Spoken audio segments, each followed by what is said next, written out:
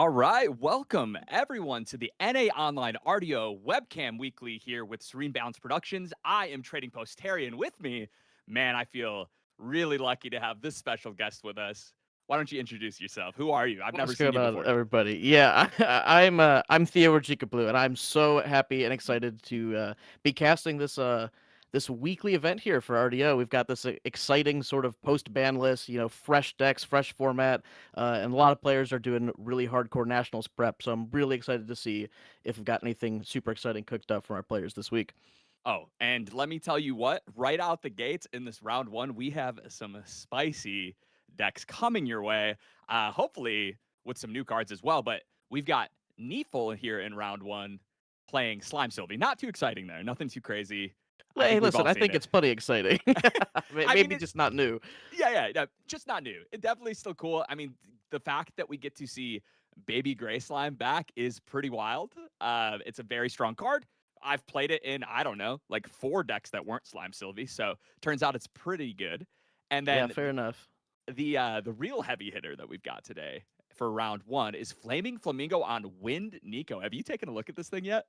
I have taken a look. So it's a Wind Nico list. It looks very similar to sort of like your low to the ground classic ally strategies, right? There's a lot of your classic, your Cheshire Cats, your Ace of Protectors, your Dream Fairies.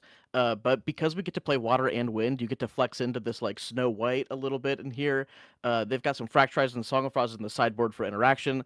So it's like a combination of old fashioned wind and water allies, where you have both elements. So you get a little bit of each sort of playstyle, Yeah. which should be really interesting. Of course, got that Looking Glass in those low to the ground decks because Cheshire Cat is just crazy, and plus inert sort of the class bonus for extra damage on the Nico swings.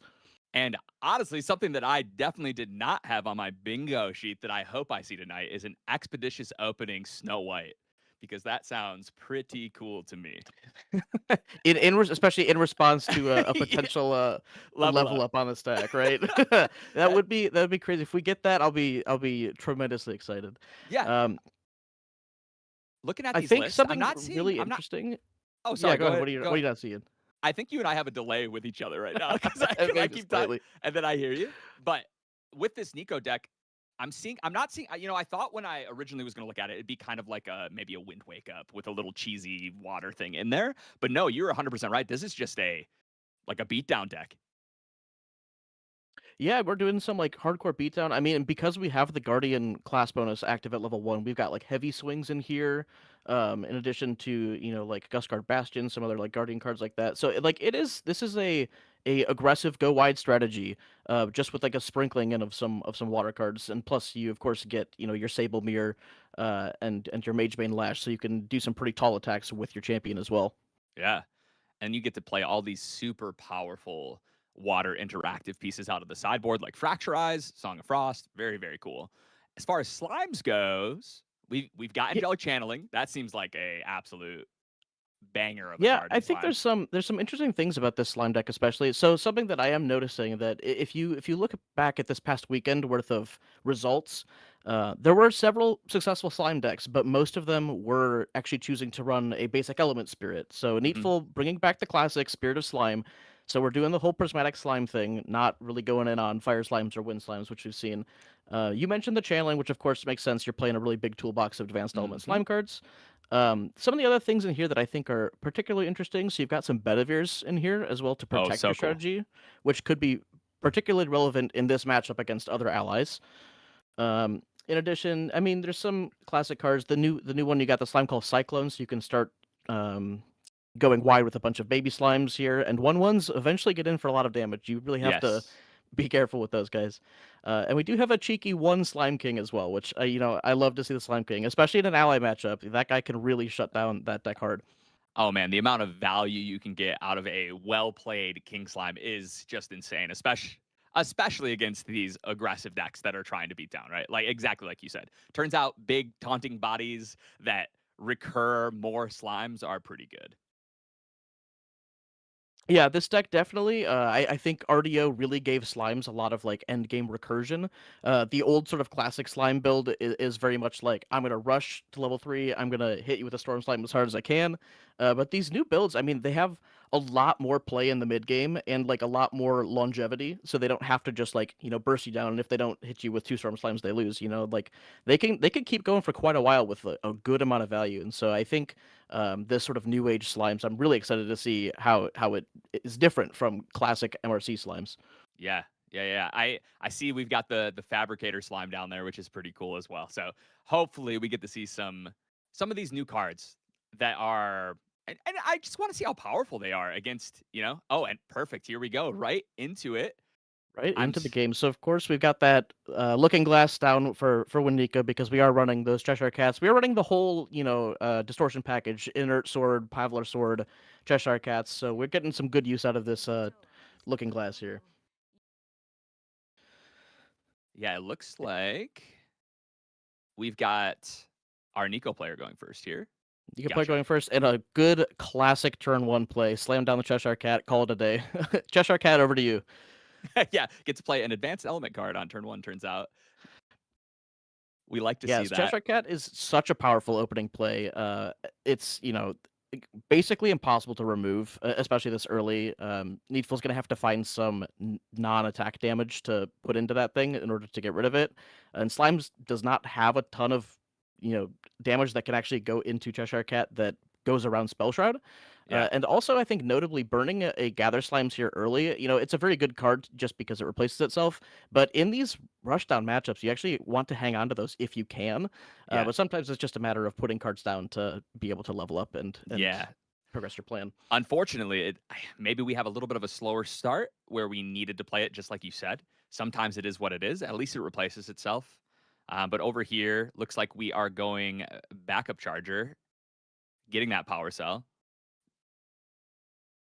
Yeah, these early turn plays, I think like the allied decks really have like a smooth curve at the very beginning. You have your Cheshire Cat, your 3 cost, which perfectly lines up into like a backup charger or a Thurible or that type of card.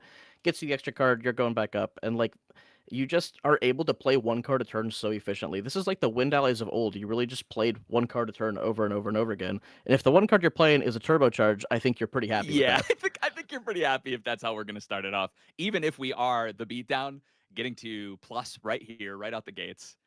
That's exactly what you want to be so you can just have as much gas as you can in your hand, right? Especially when your Slimes player plays their healing card on turn one. Yeah, right. You see the healing card go down, and you're like, okay, you're gonna be a little bit behind. You're gonna go a little bit slower. I can actually start to put my foot on the pedal, and of course, this windmill engineer. So we're still gonna develop the board and continue to draw cards. That's something that this wind package is so good at. Everything replaces itself, and that is keep your influence high, continue to put pressure on, and if it's dealt with, we just got more gas in. And here it is, the first angelic channeling of the night. Looks like we're Yeah, it only going to looks get rid of good. one. Yeah. Yeah, I mean, getting rid of one is still cycling one card, saving it for later. You want that ethereal slime as soon as you level up, so you're happy to save it, and you're happy to have the float to level up. So like, even cycling one is still good value. Definitely here. That is the art personally that I like of the angelic channelings. I know with a lot of these new URs, we've got a couple different arts with the different archangels on them. That one's pretty cool. That one it's gorgeous, isn't it? That's Raziel, right? Raziel, yep. Yeah. Raziel, yep. Oh, so good, so good. So, what are you looking for here if you're the slimes player? If you're playing slimes into what you can pretty clearly tell is an allies matchup, what are sort of the way that you want to approach this matchup the So most? in my brain, if I was in the slimes seat here, especially having a Bedivere, which is nice. We don't have that taunt on right now because we don't have another animal or beast, obviously, on our way up. But as we go up, I am probably just trying to, as efficiently as I can, get to 3, where I can start outvaluing my opponent with bigger, heavier allies and probably end the game faster than they can. I think that that's probably at least my first thought process, especially with a little bit of a slower start on turn 1. Yeah, I agree. I think, and from the other perspective too, if I'm the allies player, I'm looking to push damage as much as I can early on because like those storm slimes will come in for a lot, and eventually, that slime late game board they start to be able to develop taunts so fast that I think we're going to be sort of playing out opposite games here, where one player should really be foot on the gas, rushing you down, trying to get damage in early, and slimes is really just going to try to stall, delay until 3. Yes.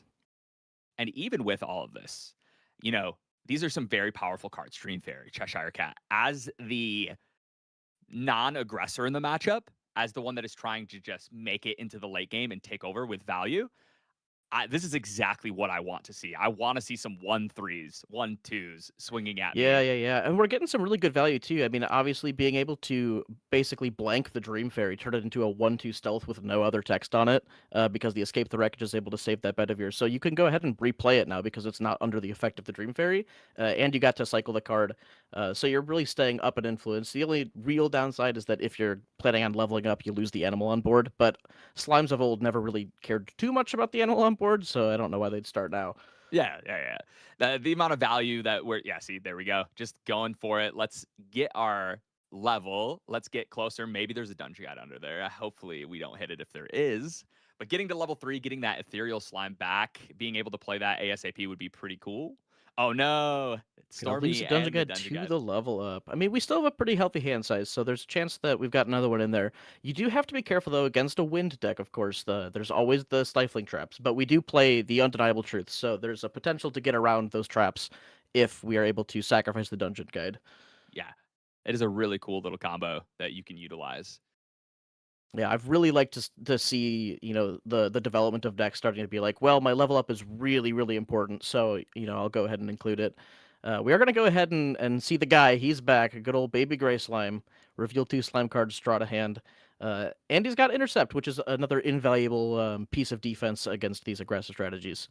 Yes, that's exactly what we're looking for. Love to see it. It's back. Baby Gray Slime. There she is. If you guys aren't familiar, this card has caused so much havoc over the last few years. It was banned. It is back. If you have been living under a rock when it comes to Grand Archive, it is one of the cards that is back after the giant ban and the ban and restricted update we just had. So excited to see it back. I really do feel like I'm living in the past right now. This is like such a blast from the past. Yeah, I mean, this card has always been so good, and I'm excited to see it back. I'm excited now that Slimes has a more robust engine package too. You can play so many more slime cards that I'm really excited to see where this card goes. It's so good for early game. It's so good for late game. It's just always good. It's just a really good card. On the Yeah, bottom side here, so we got Nico. We're doing a little bit of cycling prereq. Looks like we got that inert sword out, which is going to be swinging for 3 with the champion if she chooses to attack, and also of course pumps that Cheshire Cat to a 3 damage ally as well. yeah, that's one of the coolest things that people kind of forget when it comes to inert sword is you do get that guardian class bonus. A little bit of extra damage as a beatdown deck. I mean, I know that I have played a lot of Wind allies in my life, and I used to love playing Wind Tony because when you played Bulwark Sword, you were able to get that extra damage out, and it's kind of just like playing a 3-power ally, which is Yeah, pretty cool. well, and I mean the rate on that too, right? 0 cost of a materialization for 3 power is very strong. So we go ahead prereq. We're doing a little bit of Scout the Lands, a little bit of Fairy Whispers. I think we revealed an expeditious I, opening, yeah, expeditious opening. my dream might come Uh, true. My dream so might come we true. can we can maybe go ahead and get this cheeky fast activation ally. Um, you know, it would be crazy if it's a Snow White in response to a potential level up. I mean, if this happens game 1, you called it, but uh, Yeah, I promise. This is not these are not paid actors. If that happens, this is just it's natural, right? It's normal. it looked like we're reminding the opponent that Baby Gray Slime does in fact have intercept. Yes, there's so much text on that card, so we're gonna send the Dream Fairy at the Baby Gray first before sending in the powerful cat. Let's see if Needful has any response here. Maybe another escape the wreckage, potentially a way to buff this bad boy up. Oh, there it is. Escape the wreckage. We are Yeah, gonna such a keep the powerful, value, powerful card in man. this deck. Got to keep that value train going. Yeah, the Slimes deck was really the first one to sort of show off how powerful Escape the Wreckage could be, and I mean you're seeing the value here right now. You have such powerful allies that really like demand attention, and in this case having intercept here, so you have to attack into it, so you get to eat the damage from the attack and take the ally back. But you've still taken 10 damage total as the Slimes player here, so even I though was gonna you've been able say, to wild. dodge some damage here, you still 10 is quite a lot, and that's just, the value of Cheshire Cat plus Inert Sword swinging for a ton. Yeah, everything has felt like we've already talked about it, right? This is a little bit of a slow start from both players. And even though we are only playing 1-2s and 1-3s for the first couple turns, we have done 10 damage before our opponent gets to level 3, which is wild. Once you get that inert sword out, Yeah, and on top of having done 10 damage to through all this interaction, we still have a very, very healthy influence here. And that's just sort of that wind value engine proving to be as powerful as it is. so here we go. Another windmill engineer. Showing displace. And I think that was a longtail grove sword, I think is what it looked like. So a little more fast activation. We Okay, are going to go hard for the level up here. I think we do not have enough cards in hand probably for the full opening oh plus Snow White man. combos. So I think this will be a safe level up into Sylvie 3. Of course, a Sylvie Slime Sovereign being able to effectively make the next slime card you activate most of the time free, but occasionally you'll play a 3-cost slime and make it cost 1. But it also enters with 2 buff counters on it, which is really, really strong, especially when you know that you get to stack the Ethereal Slime on the top of your deck from the Angelic Channeling you played on turn 1. Yeah, I mean, hitting level 3 here, 5 cards in hand, going to 6 with this ethereal slime. It's going to replace itself if he decides to play it. There it is. This is pretty standard. This is what you want. As the slimes player, when you hit 3, ethereal slime usually is the prime target that you'd like to hit. It makes this crazy beater on board that is hard to deal with. It ends a game in a hurry, but it also replaces itself, lets you dig a little deeper, hopefully find those stormies, find some more powerful slimes to get on the board. And that's one thing that I especially love about this Ethereal Slime play is just the way that these cards are worded. It enters the field with 2 buff counters on it, and so like I see a consideration here from Flaming Flamingo, and what this does actually get around is a card like Stifling Trap, Mm-hmm. because it enters the field with the buff counters. It's already a 4/4, so there isn't really an opportunity to, pop it before you get the banish a card, draw a card effect, unless you're able to deal 4 damage, which is unlikely here. Yeah. So here we go. He was going a little too fast, I think, before, letting his opponent could have interaction. So they kind of went back a little bit, slowed it down. Now we're coming in 4-5. Like I said, this card likes to end the game in a hurry. So 5 in at Nico, I'm assuming here. It does have True Sight. So it could swing into something with stealth, but oh, baby, what's And we're happening? getting an expeditious opening in response, so we might be playing a fast activation ally here that can potentially stop some of this damage. Oh, Dream we are going to Fairy! Dream Fairy. Yeah, that's very powerful. Yeah. So the expeditious opening allowing the next ally to have fast activation. Dream Fairy comes in, and then is able to return the Ethereal Slime to memory uh, during combat, which is great. So of course Needful cannot play another Ethereal Slime until that Dream Fairy leaves the field, and now we've got the boy Storm Slime hitting the field. Oh my gosh, Stormy's here. That was an incredible defensive play. Yeah, I thought he might just blow up that Dream Fairy so he can bring the Ethereal back. Yeah. Yeah, looks like Yep, he did that's go for that, which yep. which makes sense here. Your Storm Slime right now, I he probably has a dice up there to show how much damage is coming in for. Ooh. Um, and this is great defense against this ally strategy. Yeah. Lustrous Slime, reveal 4 slimes. There we go. That is a big body to try and get through as an ally player. So Yeah, that's aggressive. You likely have one sort of like you know cheat card where you get to smoke bomb it, get around it one time, but that's like a one-time use. If you're gonna stealth the taunt, you have to win on that turn probably. Otherwise, you're not yes. getting past it. Yes, and Sylvia is still pretty healthy right now, only taking 11 damage. That's 14 health, obviously hands down. So if you are able to do something, this would be your time to do it. And if you do think about it, actually, when I look at this right here, hands down, Slimes player, this is the turn, right? I think Slimes, if they live past this turn, if we don't see a smoke bombs materialized here, Slimes will probably be able to reestablish the board state and reestablish control of this game. But that's okay. That makes a very, very big Cheshire Cat. That is true. There is a potential if we have another Dream Fairy or a way to Bounce. Like, suppress this. oh, we've seen the displace. We've seen the displace. So Oh, true. Yes. So we can displace it, and then still get in for a lot of damage. then Paddler Sword here is interesting. It does pump up the Cheshire Cat quite a bit. So we might be able to have a lethal line here. Yeah, if Flamingo has the heavy swing here, I think that's just game. So you would get to swing in for 5 with the Cheshire Cat alone, which is pretty strong right now. And then on top of that, you get to swing for 9 With with the the inert heavy sword, swing. yeah. So that's a pretty big swing. Let's see if that, I mean, that line kind of wrote itself up. I'm hoping to see. That's a lot of damage that you can push in There a is a hurry lot of with it. this And deck. something actually interesting about Needful's list is he's actually maining Lost Providence instead of Quicksilver Grail. So if he wanted to go for the classic Covenant of Thorns defense play, he actually has to just hard materialize Covenant of Thorns next turn. He doesn't really have the option to hide it. But we are going to go ahead and see this displace. So this Lustrous Slime is going to be, bounced out and then rested. And then notably, it does not get its Oh, on death effect because it is not being killed. It's just being bounced. And then here's that heavy yeah, swing, there it just like is. you said. There it is. This should be 9 damage with the inert sword, or 8 with the Pavlor sword because we've already used the durability from the inert, and then we'll send the rest of the damage in with Cheshire Cat. So yeah, that is a huge burst of damage and something that you only really get because you have this Guardian class bonus enabled.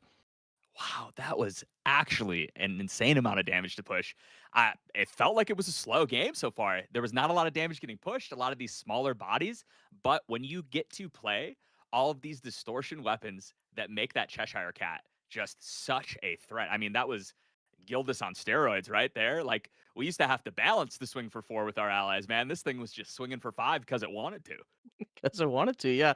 Yeah, no, you used to have to put work in, but kids these days, they can have a 3-4, they can have a 5-4 for free, basically. Yeah. Oh my Let's go goodness. ahead and look at the sideboard options here. So Flaming Flamingo has access to some Fracturizes, some Song of Frost, Calming Breeze, Scatter Essence, and Veiling Breeze. Any of those you think come in for this matchup? Oh man, it's probably I could see Song of Frost just for tempo-esque plays, being able to potentially do some really cool stuff, or if your Slime's opponent tries to do something defensive on their turn, being able to stop or on your turn when you are trying to end the game.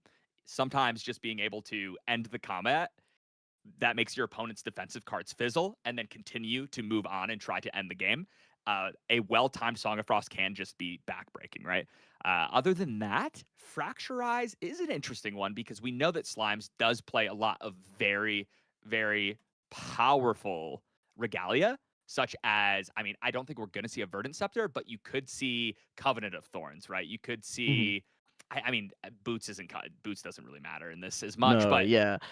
I think it's one of those things, it's the trade-off, right? Where you have to decide as the Allies player if you think that you can still win the game if your opponent has a Covenant of Thorns under a Quicksilver Grill and you fracturize it. Like, are you winning that game at that point? I suppose, we just saw you have a lot of burst damage in the late game, so maybe it's worth it to sacrifice 3 deck spaces for, the option to get past that Covenant of Thorns.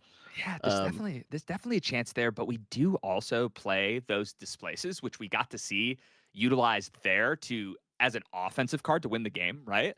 But Mhm. potentially, so maybe we could get rid of that, right? When they attach it to, let's say, a slime that they're like, okay, cool, I'm just gonna make you do all the damage to my lustrous slime or some other slime sitting here, and then we just displace it and it loses that ally link before damage. But I don't know if that Yeah, play that's is a a call little that more you have to intense. make. Yeah, so Yeah, yeah, yeah. And then as far as Needful's sideboard here, so it looks like he's got some Blanche, Mystic Purifier, the QSG, Unbroken Mustang, Twilight Slime, and Hymn of Gaia's Grace. So I think none of these cards are actually particularly relevant in this matchup. You could make an argument that Grail Covenant is better than Lost Providence here. Or you could also, I could absolutely hear the argument that you're trying to turbo to 3 against Rushdown deck anyways, so your Lost Providence to build back your influence is actually more relevant. I think either are super fair. yeah. I do want to add there, if you are watching right now, you may have seen that green light up next to Neatful, the slime player, even though we saw him die to that heavy swing. And that is because we actually got a game loss because Flamingo accidentally drew 3 cards off that turbocharge in game 1. Probably a little bit of stream nerves, to be honest. It happens to the best of us, right? Yeah, stream nerves, a little bit like, you're always excited, a little bit overeager at the beginning of the game to see, your perfect Cheshire Cat and a turbocharge, and a little bit of jitters gets everybody, but all good. We'll just continue as is. Of course, the rules being the game loss was issued to game one, and a game has been played, so the players will still get to sideboard prior to the beginning of game two. And it looks And like Flamingo is because going to go first. yes, yeah, I believe because he effectively lost game one, that he chose to go first, and of course, as an ally deck, going first is your best friend. Looking for that Cheshire Cat opening again. I mean, he's just going to try to do basically what he did last time, which is get a little bit of chip damage in, and then go for a big finisher while Needful is trying to reestablish a board. Yeah. Yeah, no, I mean, that was bread and butter that last game. I don't think we could have seen Flamingo draw it up any better. And unfortunately, we've got to do it again. So starting off with that Windmill Engineer, we're going to see that Ace and another Dream Fairy. Dream Fairy really carrying its weight Dream Fairy in this matchup. excellent in this matchup. Yes, of course. Slimes loves to put down high value allies. Dream Fairy loves to remove high value allies. Yes. So really good defensive tool. It's like both defensive and offensive. Needful getting the Slime's classic turn one Baby Gray Slime. Looks like he has the option for Baby Silver as well on a future turn in the memory there. We'll see if he's got any more of these. This is what Slimes used to do. They used to just spam Baby Gray Slimes over and over and over again, and it was just you couldn't stop seeing this little guy. There it is. There it is. Okay. It looks like we're doing a little bit of Baby Gray action. Needful goes, hey, I see your Windmill Engineer. Let me show you something that's a little stronger than that. And I'm going to play it twice. Do you do the reclaim check here? 100%. Yeah. Absolutely offer the trade. I think that it. Okay, he's digging. We are Let's going to see. dig for the reclaim, yeah. Yeah, you offer the trade because you still have the intercept up. Worst case scenario, you trade 1-for-1, and getting the ally off the board is pretty good. Otherwise, you might bait out the reclaim, which, if they have the reclaim, they're going to reclaim anyways, and clearing the ally is definitely something that I think is high value here in this matchup. Oh, 100%. We also know that Flamingo plays Ace and Protectors, so getting rid of any ally that is on the field is definitely a solid choice for Needful. Yep, it looks like we have the reclaim anyways, so picking the ally up, you sort of figure they're probably going to do that anyways to get the level up, but like you said, get the ally off the field. It's too synergistic to leave it there. Yeah, the tempo, this is still a fine tempo play, right? Yeah, and then we're going to leave up the second Baby Gray Slime, of course, that intercept being invaluable against these ally-based rushdown decks. Oh, yeah, this is, honestly, this is a lot better of a start than having to play our Gather Slimes on turn one as the Slimes player. Yeah, I agree. I think this is probably just about everything he could have hoped for, is a little bit of cycling, a little bit of board pressure, and some defense all in the same turn. Really, you can't ask for much more. Flaming Flamingo, of course, going to use that reclaim to level up into Nico. We're basically not having any text on this Nico card, of course, because we're coming from a Wind Spirit into the Water Nico, but enabling the second element is definitely high enough value. Oh, definitely. We did not get to see my dream of Expeditious opening into Snow White last game, but man, maybe I'll There's get lucky still this one. game, man. There's still this game. So we're seeing Displace and Scout the Land. So a lot of information here. That is not a trade. That is just taking out one of those slimes. So Yeah, take it out. I think that's definitely better targeting there, because you don't want to lose your ally to a retaliation. of And of course, this is especially when exactly you why, got right? that.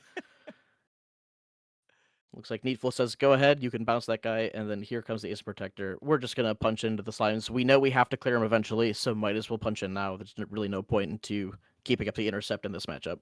No, I mean it did its job. It's right here. Like, you already saved yourself. Okay. We're just making a nice little play for floating memory here. So nothing too crazy. Get some slimes into banishment, get the cycle through, and get to level up. But the cool thing as the slimes player is these things they have already pulled their weight 10 times over, because not only did they save you a bunch of damage, but on top of that, he swung into Sylvie, and Sylvie took the damage. That's actually really cool. Yeah. Yep. Which Because now you I get to think it's keep that interesting. intercept.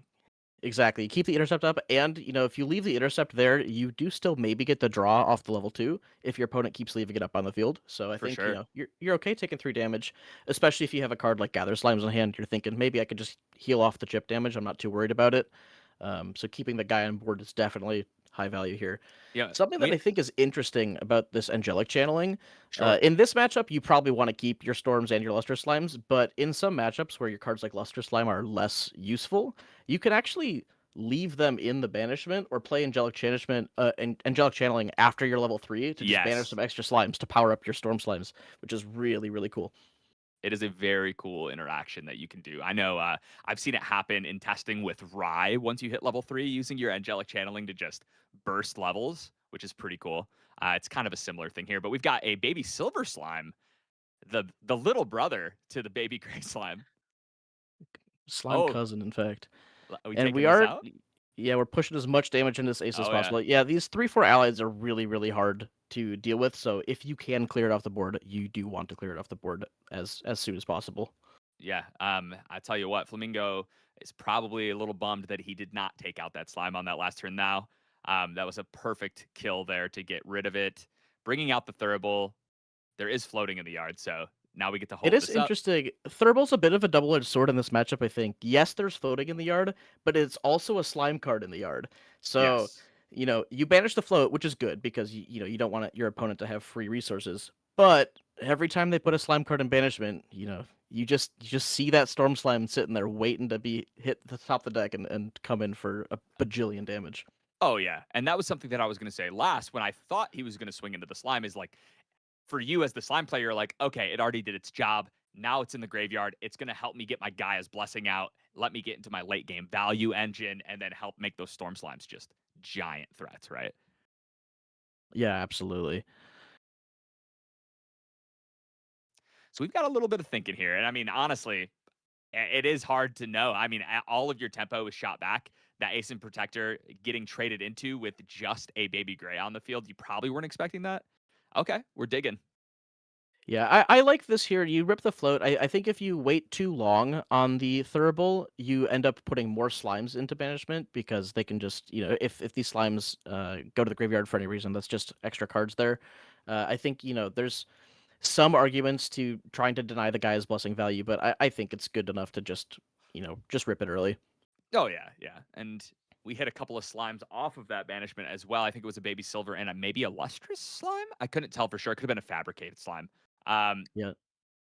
we're gonna, in recollection, use this escape the wreckage.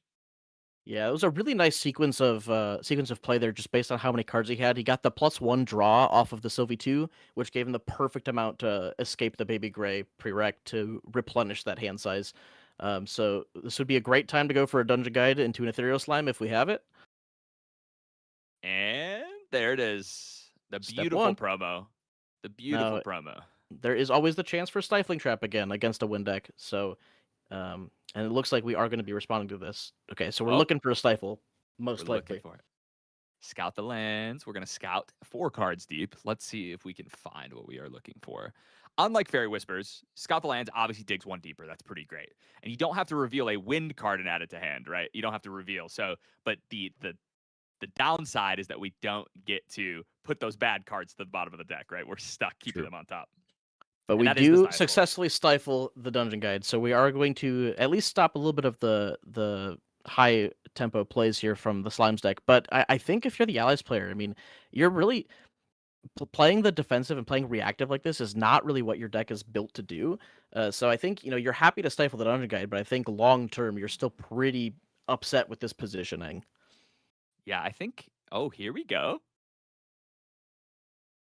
So we're going to go here. Now that is a If cool there's card. if there's any one card that can restore your high tempo and really get you back into the game, I think an Icebound Slam does do it.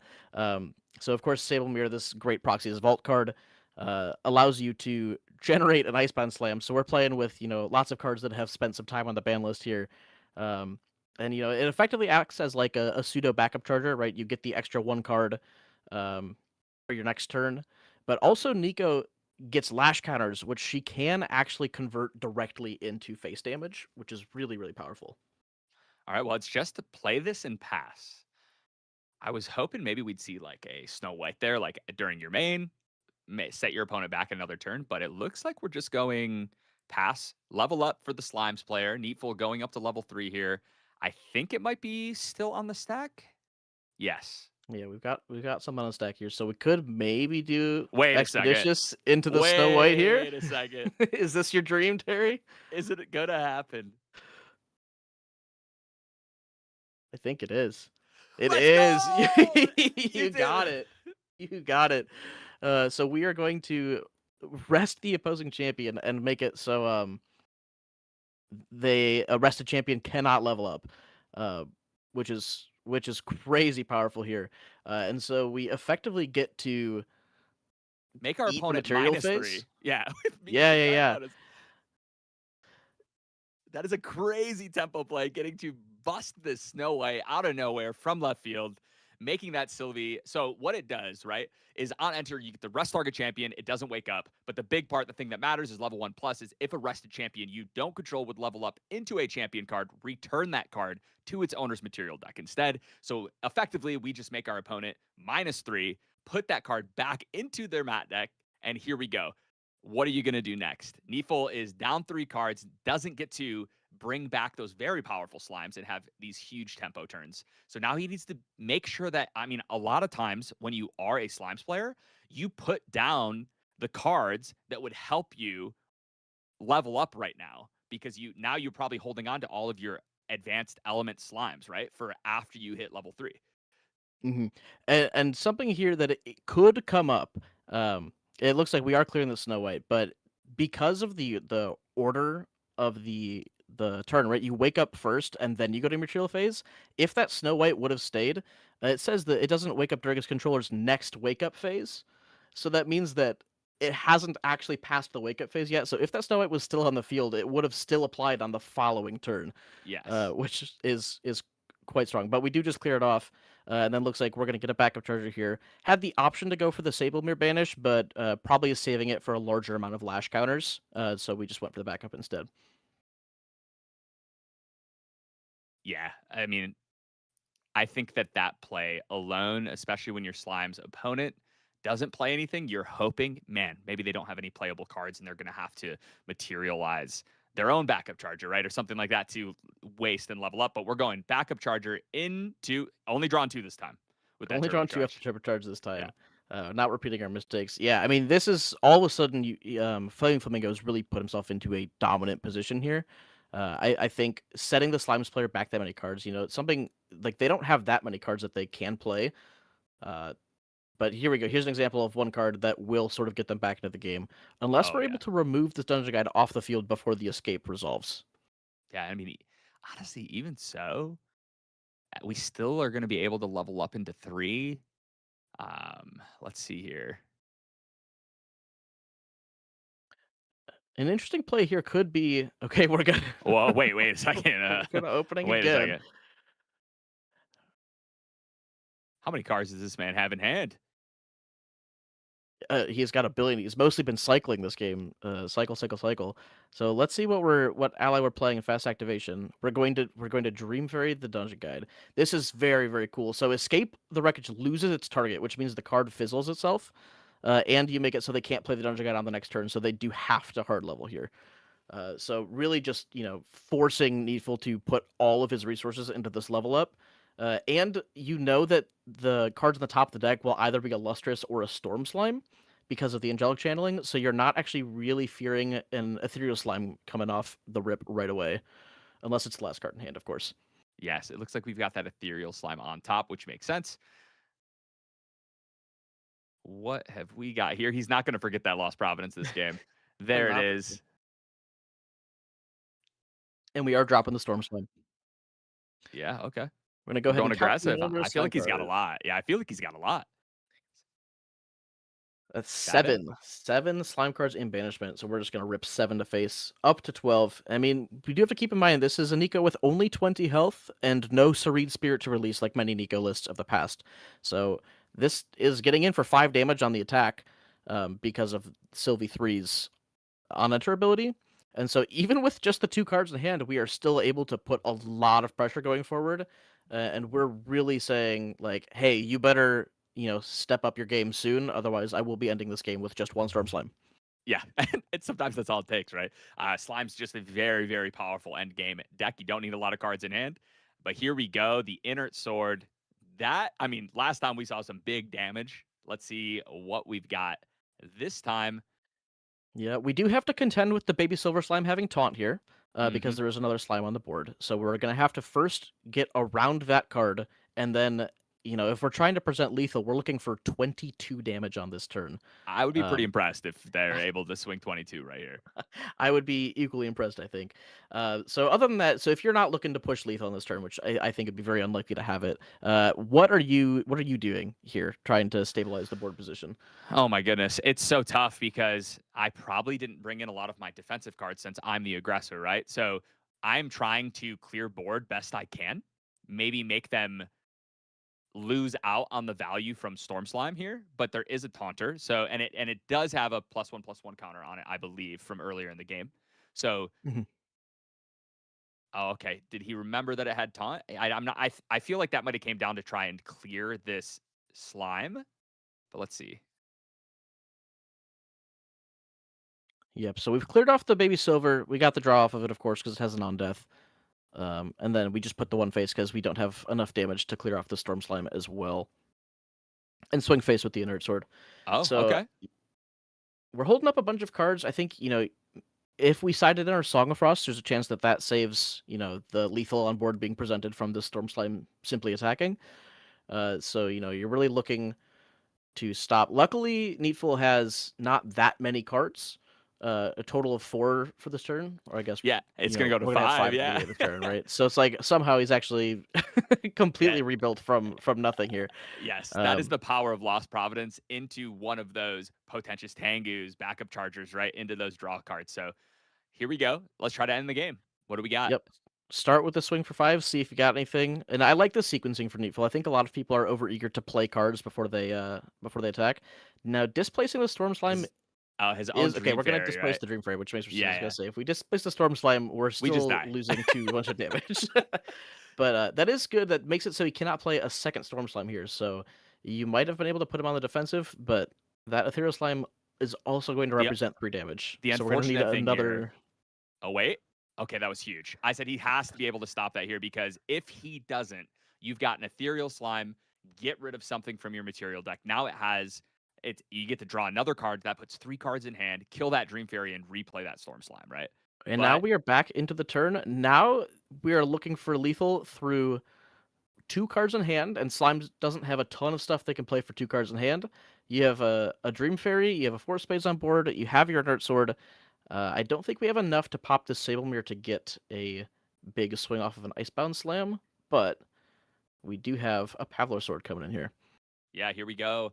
More swords. Maybe there is a Cheshire Cat in hand because tell you what, I don't know if they have enough cards or not, but Cheshire Cat into heavy swing here actually might be enough. On board, they have 6 damage.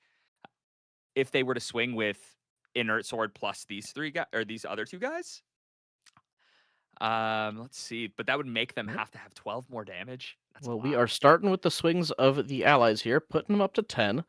A Cheshire Cat would go very hard here, hitting in for 5, of course. But we're debating what we have too, because if we don't have lethal on this turn, we do need to keep up our defense to be able to not lose on the crackback here.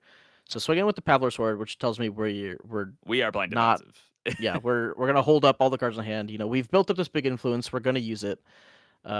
Needful once again looking for 3 damage, 3 damage to end the game. Here we go. We're bringing out Horn of Beast Calling, a classic from all the way from set 1, I believe, correct? Yeah, back in DOA, Horde of Beast Yeah. Calling did not see much play during DOA, but it really, really, came to the limelight during MRC format. So right now we've got a 3 discount on the next Beast ally. So if we're playing an Ethereal, if we're playing a Storm, and we're going to be Ooh, digging for that here Beast we ally, I go. think.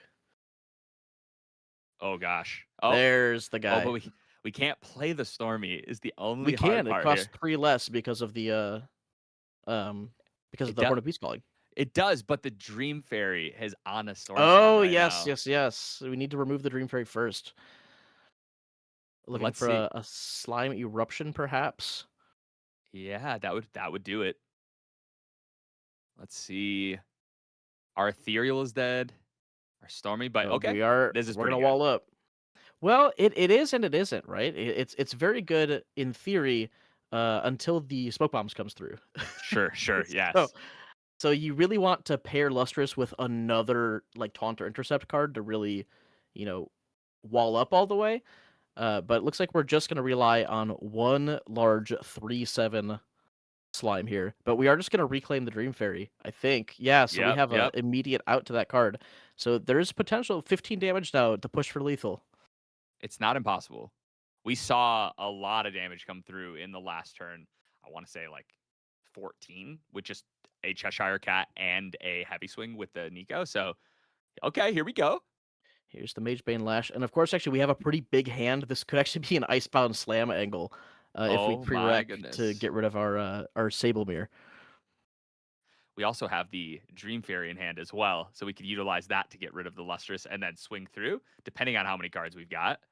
Yeah, so it looks like we're going to pop Sablemere for seven Woo! Lash counters, in addition to the 2 from Magebane Lash, and get an Icebound Slam. So we Oh have my goodness. a direct path to a billion damage. 4 Lash Yes. counters. It's That only the X. Yeah, 7 total, 4 Lash counters plus the 3. I have misspoke, but all good. So we have that Icebound Slam rare and ready to go. Of course, we do need to remove that Lustrous first, which not There's a the Dream problem. Fairy. We saw the Stream Fairy returned to the hand. Swing the Chip in 1. for 1, chip in for 2, up to 13, and let's see what we got here. Total of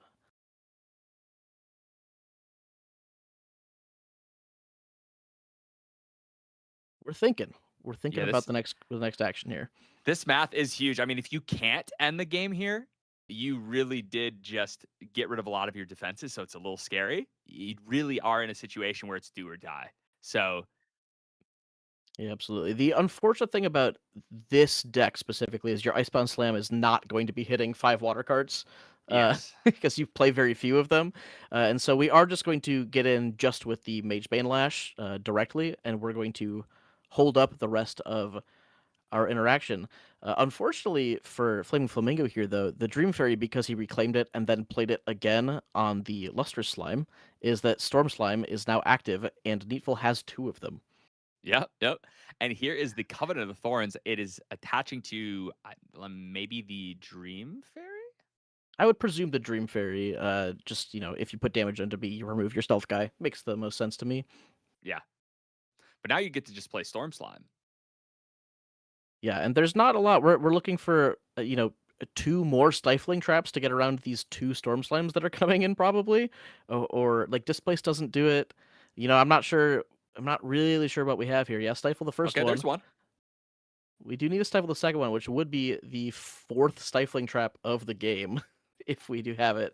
Of course, Storm Slime still does get an on-death trigger, even if it does not have an on-enter trigger. Yep. Here we go. Here's the first one. Round 2 Electric Boogaloo. Who's the second?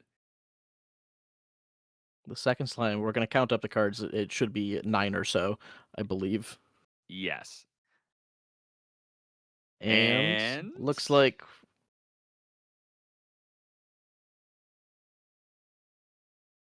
Yep. Looks like that one came in for the lethal damage, which does give Needful the 2-0 victory because of that game 1 game loss. Yeah, so, that's the power of slimes, right? It's like, even when you're down and you're behind super far, you still have the ability to build just like a strong defensive board. And I think Needful did a really good job of forcing the allies player to be playing on the back foot. And, if you're forcing them to use all their cards, like all their Stifling Traps and all their, their Snow Whites and stuff, like, they're not putting in that much pressure if they're being forced to play these defensive and reactive cards into you. yeah, I think this is a super interesting matchup. Slimes has always, like, historically struggled into aggressive decks. And so this seemed like it was in the hands of the Nico player, right? But unfortunately, a little slow start in game 2, didn't have a lot of pressure. We did have the awesome Snow White turn, which honestly, that is enough for me over everything else. Getting to see that actually happen. That's the thing I remember when Expedition Opening was, and Snow White, both of them, when they were spoiled and people were getting to see them together, being like, wait a second, this is broken. People were worried about Vanitas and a lot of things that you could do with these incredibly strong tempo turns. But unfortunately, it was not enough to take this one down. As you said, Slime's just an absolute powerhouse of a deck. the longer the game goes, the more powerful it gets, and it's never out. It can always turn the game around in a hurry, even if they haven't done much at all other than level up and get rid of cards from their graveyard. All of a sudden, you've got 9, 10, 11 banished slimes, and these Stormies are coming in for a ridiculous amount of damage, right? We saw him almost OTK his opponent when he hit level 3, and that was with no cards in hand. So Neefel, Yeah, like that's the crazy thing to me, right? Is that we got the Slimes player into a position where they went neg 3 to try to level up. It didn't work. Then they went neg 3 again on the next turn, stuck with one card in hand, and still he represented, I think, like 14 damage on that turn from one yeah, card in hand. And so just from the one card, you're still forcing the ally player to, hold up Stifling Trap plus uh Dream Fairy. Like you still have to hold up all these cards just to like go toe to toe with the player who has one card in hand. And I think because of that pressure, then you get your Lost Providence value, you get your Tengu value, and all of a sudden you're back up to 5-6 cards, and then you're just swimming in value from there. And of course, the late game, the Luster Slimes, the Ethereal Slimes, like they are hard to deal with. Those are sticky allies, and just proved to be a little bit too much there in that game. no, I mean that is all that is, right? I mean, you get these incredibly powerful cards. You get to utilize all the advanced elements, right, in one deck. And this is just another Tamer deck. We got to see it all last season and the season before, right? These Guoja decks that are literally doing 20, 30 damage in one turn with barely any cards in hand. And we also got to see just the power of Lost Providence and being able to Mhm. rebuild, going down to almost no cards, bringing out that Lost Providence, and then allowing yourself to draw from Lost Prov, use the Tengu to draw another card, and on a turn where you went to no cards in hand, basically 1 or 2 cards, to going up to 5 on your next turn and representing lethal, and your opponent has to have multiple forms of interaction or you just win the game. I mean, that's just the power of slimes, man. Yeah, true. And I think that's a really interesting deck building choice that Needful has decided to make here, where most slime decks are defaulting to Quicksilver Grail. It's what Sylvie ran, back in her heyday in MRC, and it's just because a lot of the regalia available in Terra Tamer are so effective defensive tools, especially under Quicksilver Grail, right? You have your Grail Covenant plays, which are really good. You have like Grail Verdant Scepter as an extender, Grail Stone Scale Band as like a mid-turn extender. Like you have so many options with Grail; it's so flexible in that deck. But Needful deciding to play that Lost Providence and just saying like, hey, I'm already pretty good at being a defensive deck with like, the layered interaction from my board. I think where I'm going to struggle is against these fast-paced rushdown ally decks. And I mean, proving here to be exactly right, being able to rebuild influence immediately after leveling up, after going neg 6 over the course of 2 turns to level up, really, really powerful. And, I think that's just a testament to the build of the deck and also the Slimes deck in general. For sure, but let's not count out how awesome this Nico deck was. It had a lot of really powerful stuff going for it. You're a Wind Allies beatdown deck that has these huge attacks from your champion. Really, really cool deck. Honestly, congrats to both players. That was a fantastic match to watch. But before we move on into break, I want to talk to you about something a little bit. We are 1 week away from our first national championships, and that is here in North America in Las Vegas. And this new format, I mean, everything has changed, right? We just had the craziest ban and restricted update that we have ever seen. It completely changed the game. Cards that were staples in so many decks and that have been terrorizing the meta for what feels like forever are no longer with us. And we brought back a card we got to see in this match, Baby Gray, which as rejuvenated slimes players all around. We've been seeing Yep. tons of slimes across all these tournaments, right? But I want to ask you, moving into next week, what decks do you think are the front runners to take home a national championship here in North America? Yeah, I mean, great question, right? I think what's interesting about this last ban list is that it was huge and impactful, but for the most part, the cards that were hit on the ban list weren't archetype enabling cards. They were cards that just pushed the power level further. So, your Unmake Duality decks just can't be as greedy with their Mm-hmm. their plays, right? But Unmake Duality didn't enable any decks to exist in the first place. It just like pushed decks into this angle of, you can draw more cards. And so it Yeah. changes how you build your decks, but it doesn't disable decks. I think the biggest loser, obviously, is the Grim Pastiche CL Toolbox style decks, right? You just can't do that anymore. If you're running CL, you're probably running either Ablation, which is sort of an inherently inconsistent strategy, very powerful, but a little bit inconsistent, Sure. or the coup style decks where you're going for your coup plus devastating blow, coup heavy swing, go big attacks. I think CL is probably the biggest loser of the ban list. I think the Seiryu decks probably pivot more towards the older Seiryu decks of the board building into endgame strategy, or you lean turbo rather than this recent build that we saw post London of the turbo influence build where you're just Yeah. drawing cards, drawing cards, drawing cards.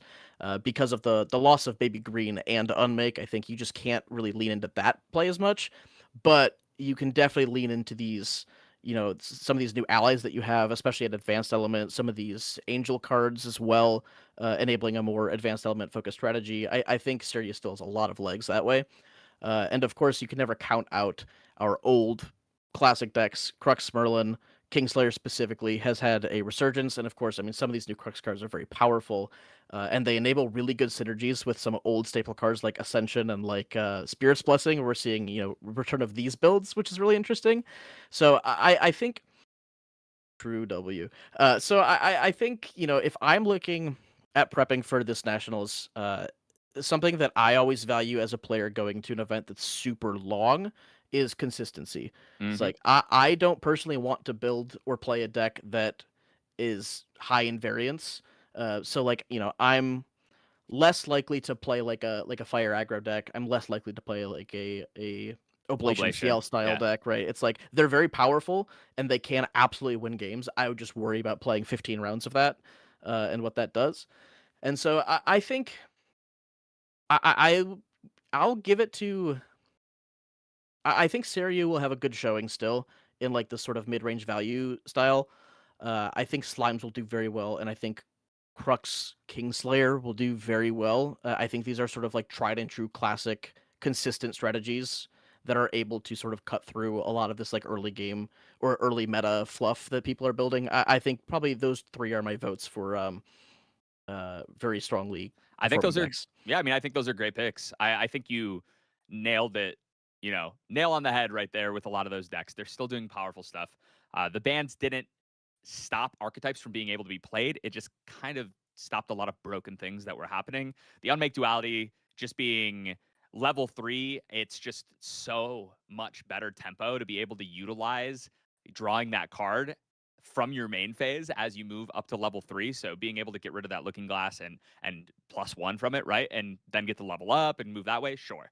But I think one of the sleeper decks, in my opinion, if I was prepping, so I'm a water player inherently, and I think that a lot of people are, I mean, even myself as someone who usually leans towards wanting to play water decks, I've been looking elsewhere.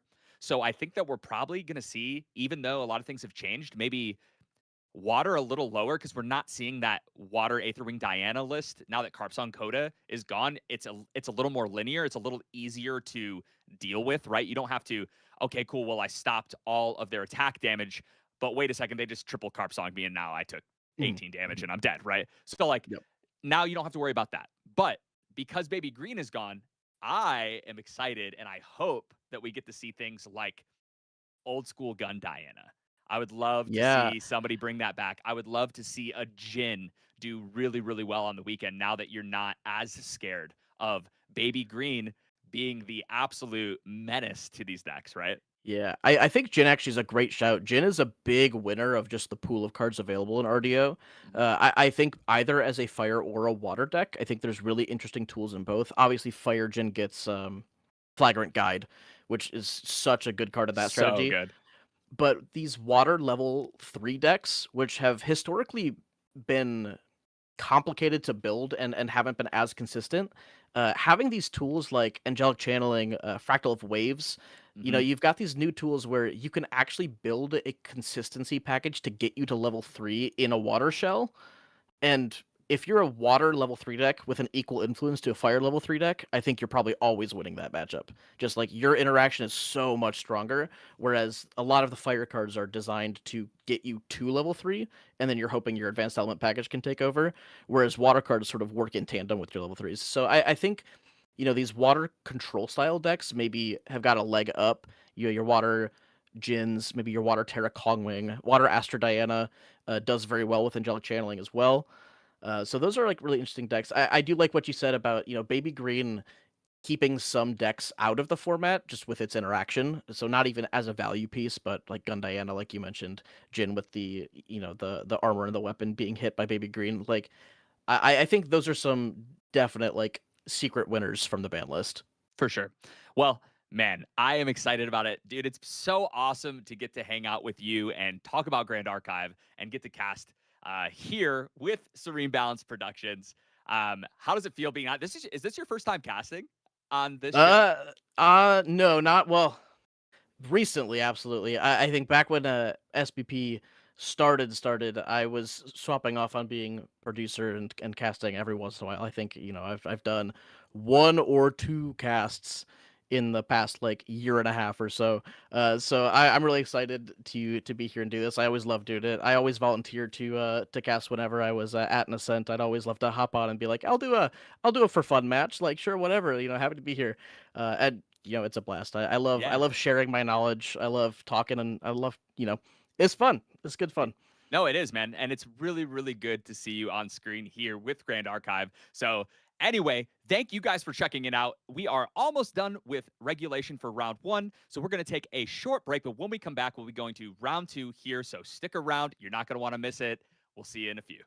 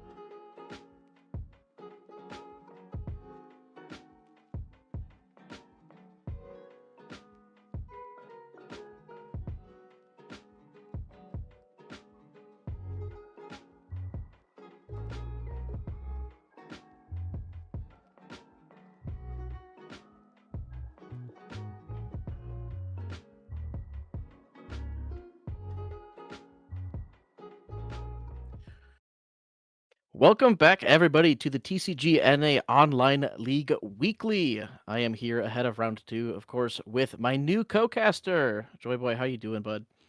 Hello, hello. I'm doing good. How are you? How's everybody doing today?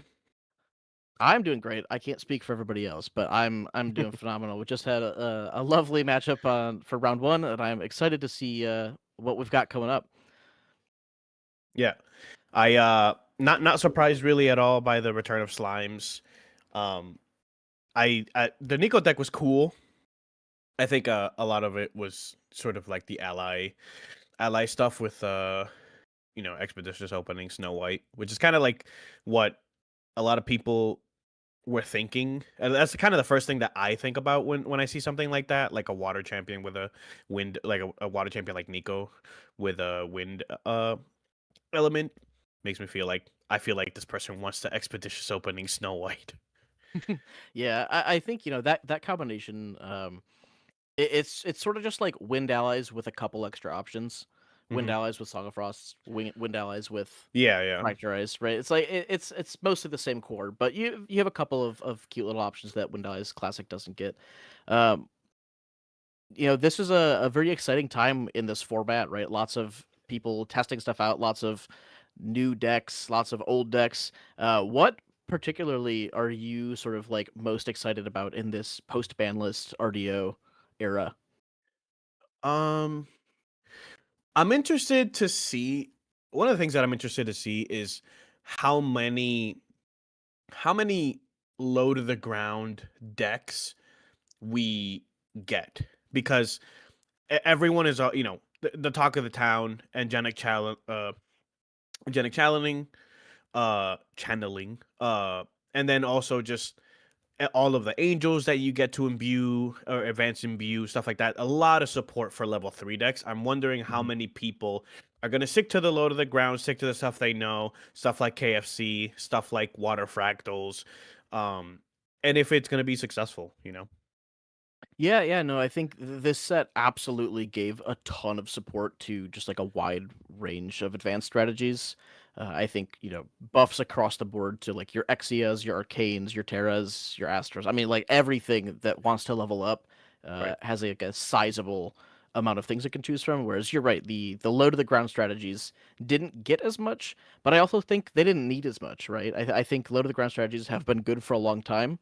And I think they'll probably continue to be good.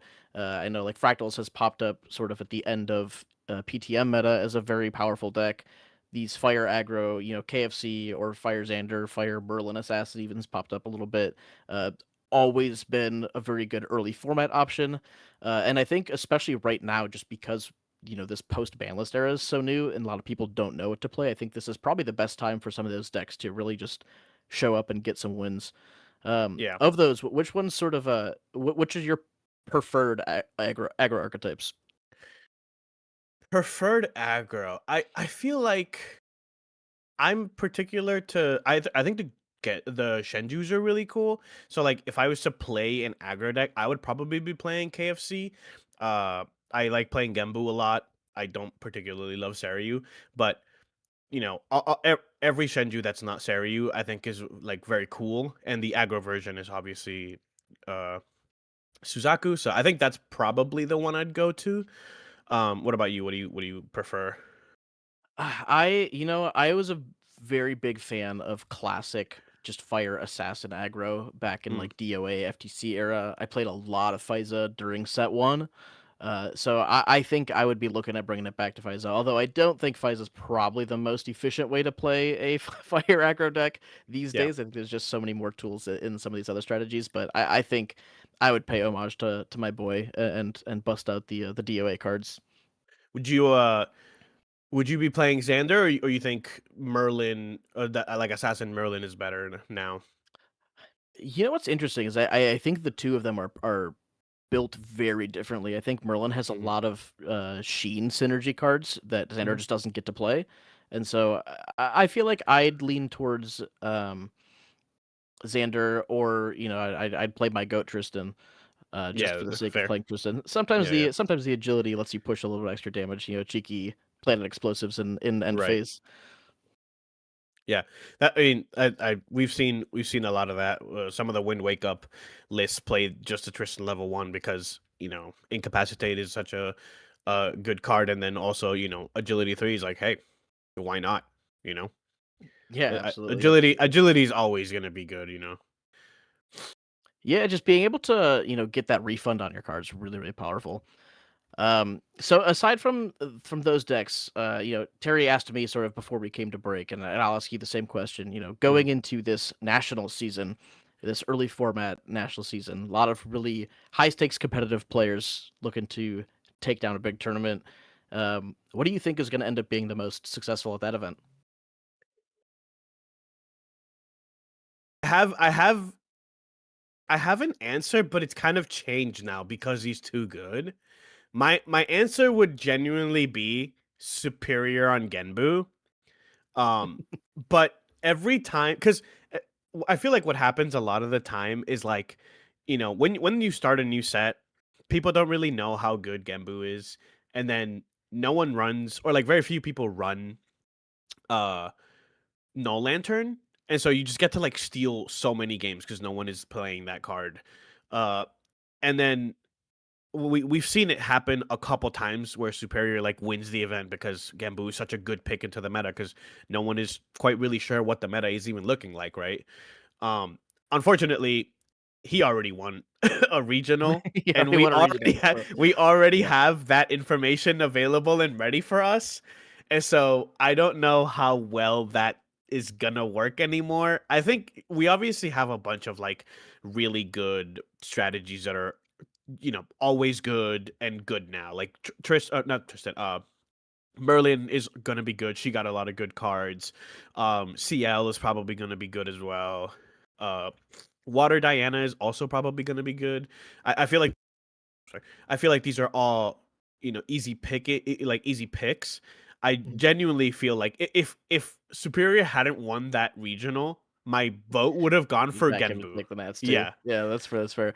Well, we do actually have our deck list for the next round, so it looks like we're gonna see Joel on Serene, Fire, Rye, Okay. which I'm very excited about using a lot of these new Angel cards and the new RDO stuff. And he'll be playing against Chatterbox, playing the good old classic Wind, Siryu, Gwoja.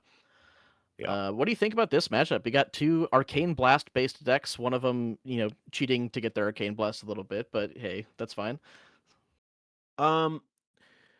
Honestly, I feel like especially before or especially now that baby green is not a thing anymore, I feel like dragon like Seryu builds can be or can lean a lot more towards like the turbo to dragon and like kill you really quickly, which I think Mhm. Rai just kind of struggles with, right? You need time to go to level 3, you go down pretty heavily in influence, you then rebuild that influence to a point where you can like end the game. And I'm sure you have a lot more support with stuff like angelic channeling and all these other cards, the angel cards in particular. But I think specifically with cards like Stifling Gyre being so strong and you being able to just turbo to level 3, flip the dragon, start, hitting you for a bunch, I feel like I'm gonna give it to Dragon here. Yeah, that's very interesting. Yeah, I think you have sort of two options as Siryu in this version of the format with no baby green, where you're either doing the like build a board strategy where you're sort of just like allies plus and then you level up and flip a dragon, or you're playing the turbo. It looks like Chatterbox's build is kind of trying to find a happy medium here. They're playing a couple of Beseech the Winds, but not the full package.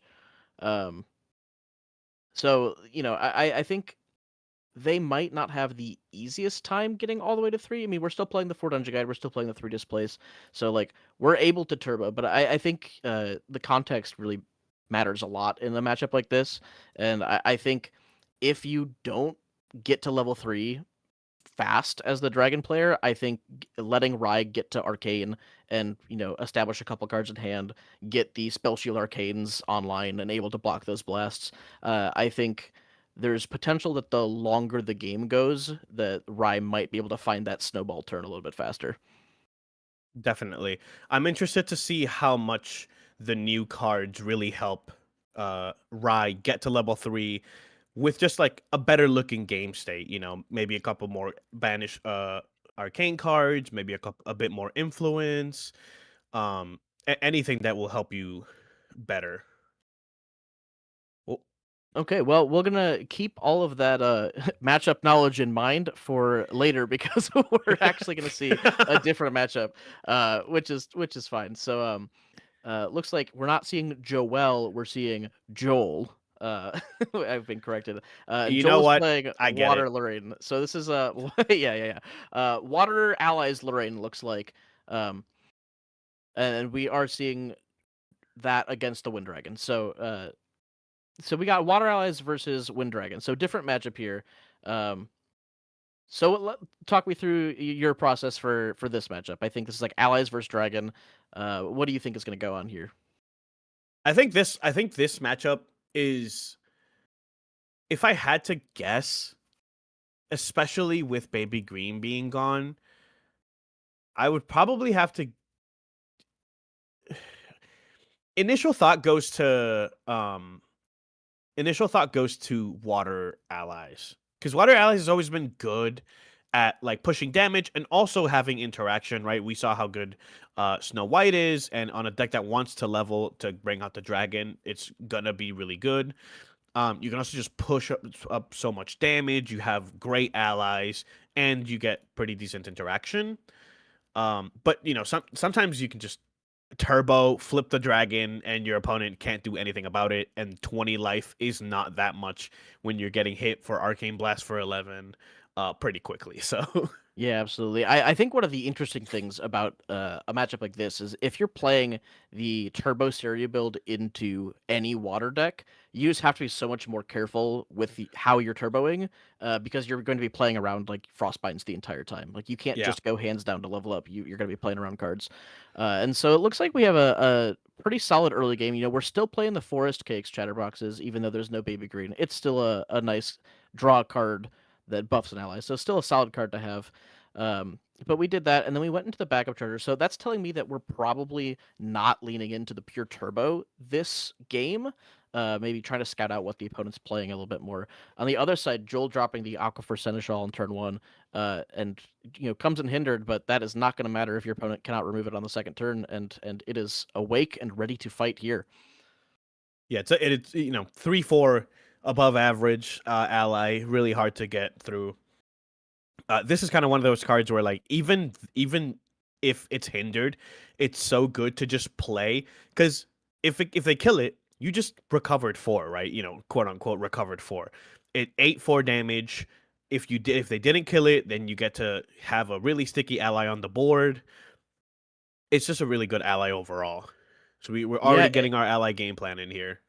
Yeah, I mean it's a really good ally, and it's hard to remove. That 4 health breakpoint is just like it is surprisingly difficult to get over. And now we see the Seneschal coupled up with a classic Lurking Assailant, a good classic Water Allies play. Another one that's like oddly difficult to remove, right? It has stealth while it's awake, and then it of course has fake ambush at level 1 plus, ambush but not. Yeah, ambush at home, one would say. The original ambush. Chatterbox doing a little bit more digging, so we've got another Scout Lens here. I think with this amount of pressure coming in for the Water Eyes player, you're really going to have to start churning through the levels pretty fast. Like these, cards that replace themselves are nice, and they're good to play, of course, and get out of the way, but like you're really going to have to start getting more health, more levels, before you just get rushed down. Yeah, you have to get past a point where you're gonna die really early, or you have to put some allies on the board that can sort of negate some of the damage, like Ace and Protector, to sort of stave off a lot of that early aggression that Water Allies can put on the board.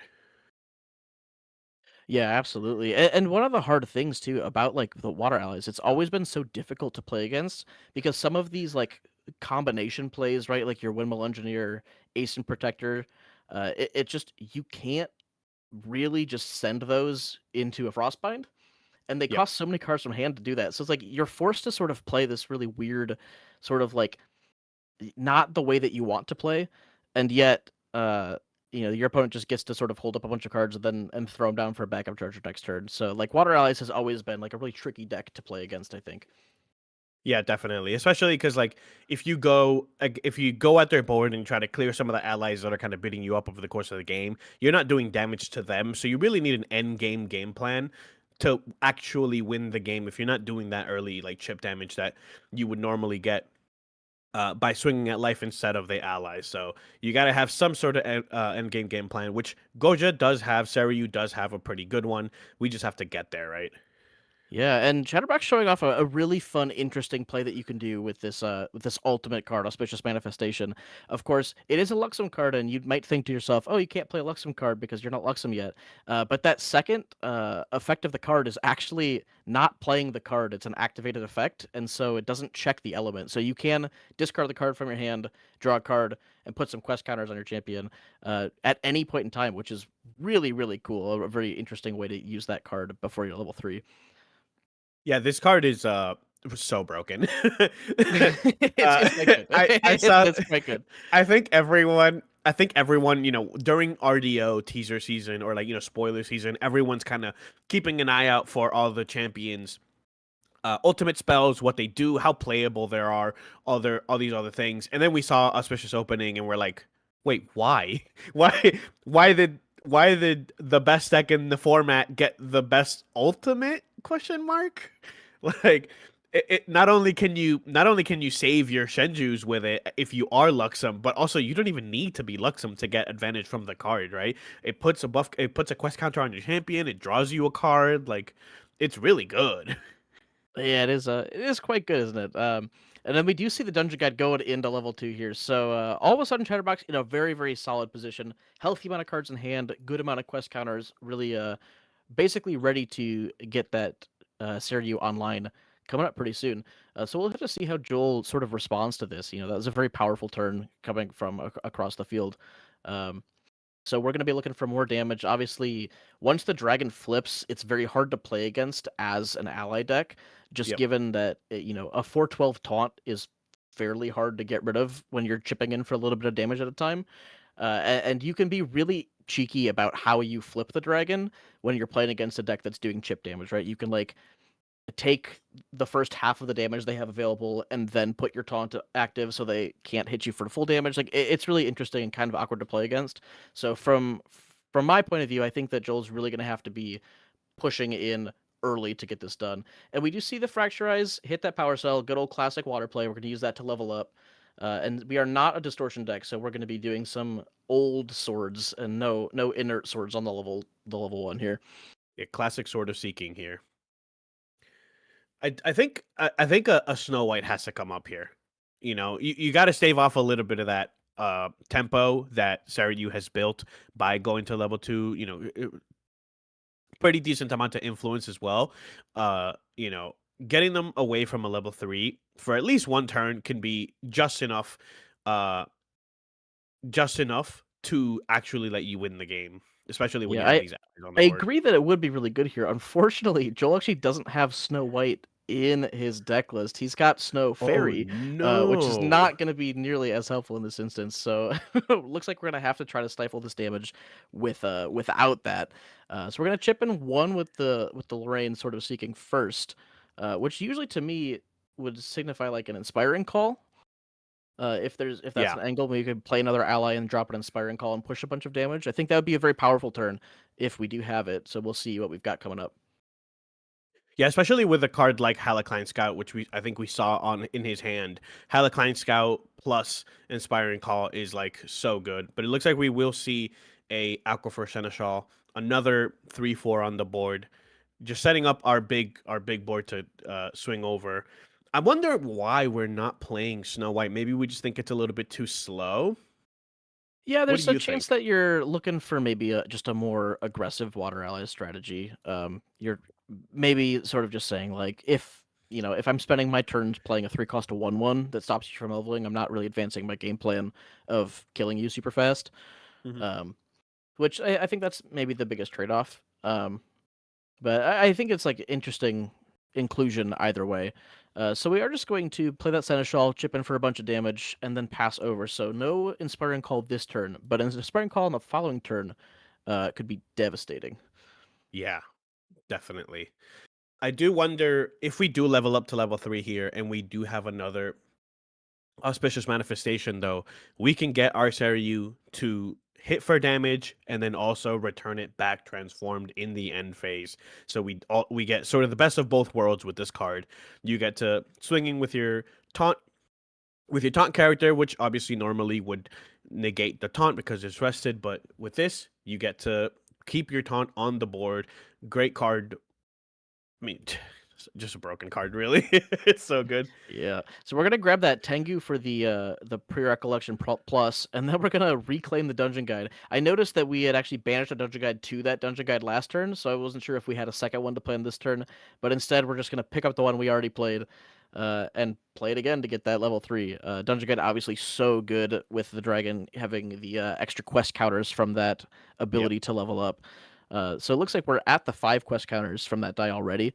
So the dungeon guide gives you an extra 2, the level 3 gives you an extra 3, and so we do have the option for dragon this turn if we want it. What is interesting in these sort of matchups against these rushdown decks is the level 3 recover 3 is actually like not a bad choice, right? Yeah. So if you don't need the dragon quite yet, 3 extra health goes a long way. Yeah, it definitely puts you in a position where you're like, okay, now we can take the game a little bit easy.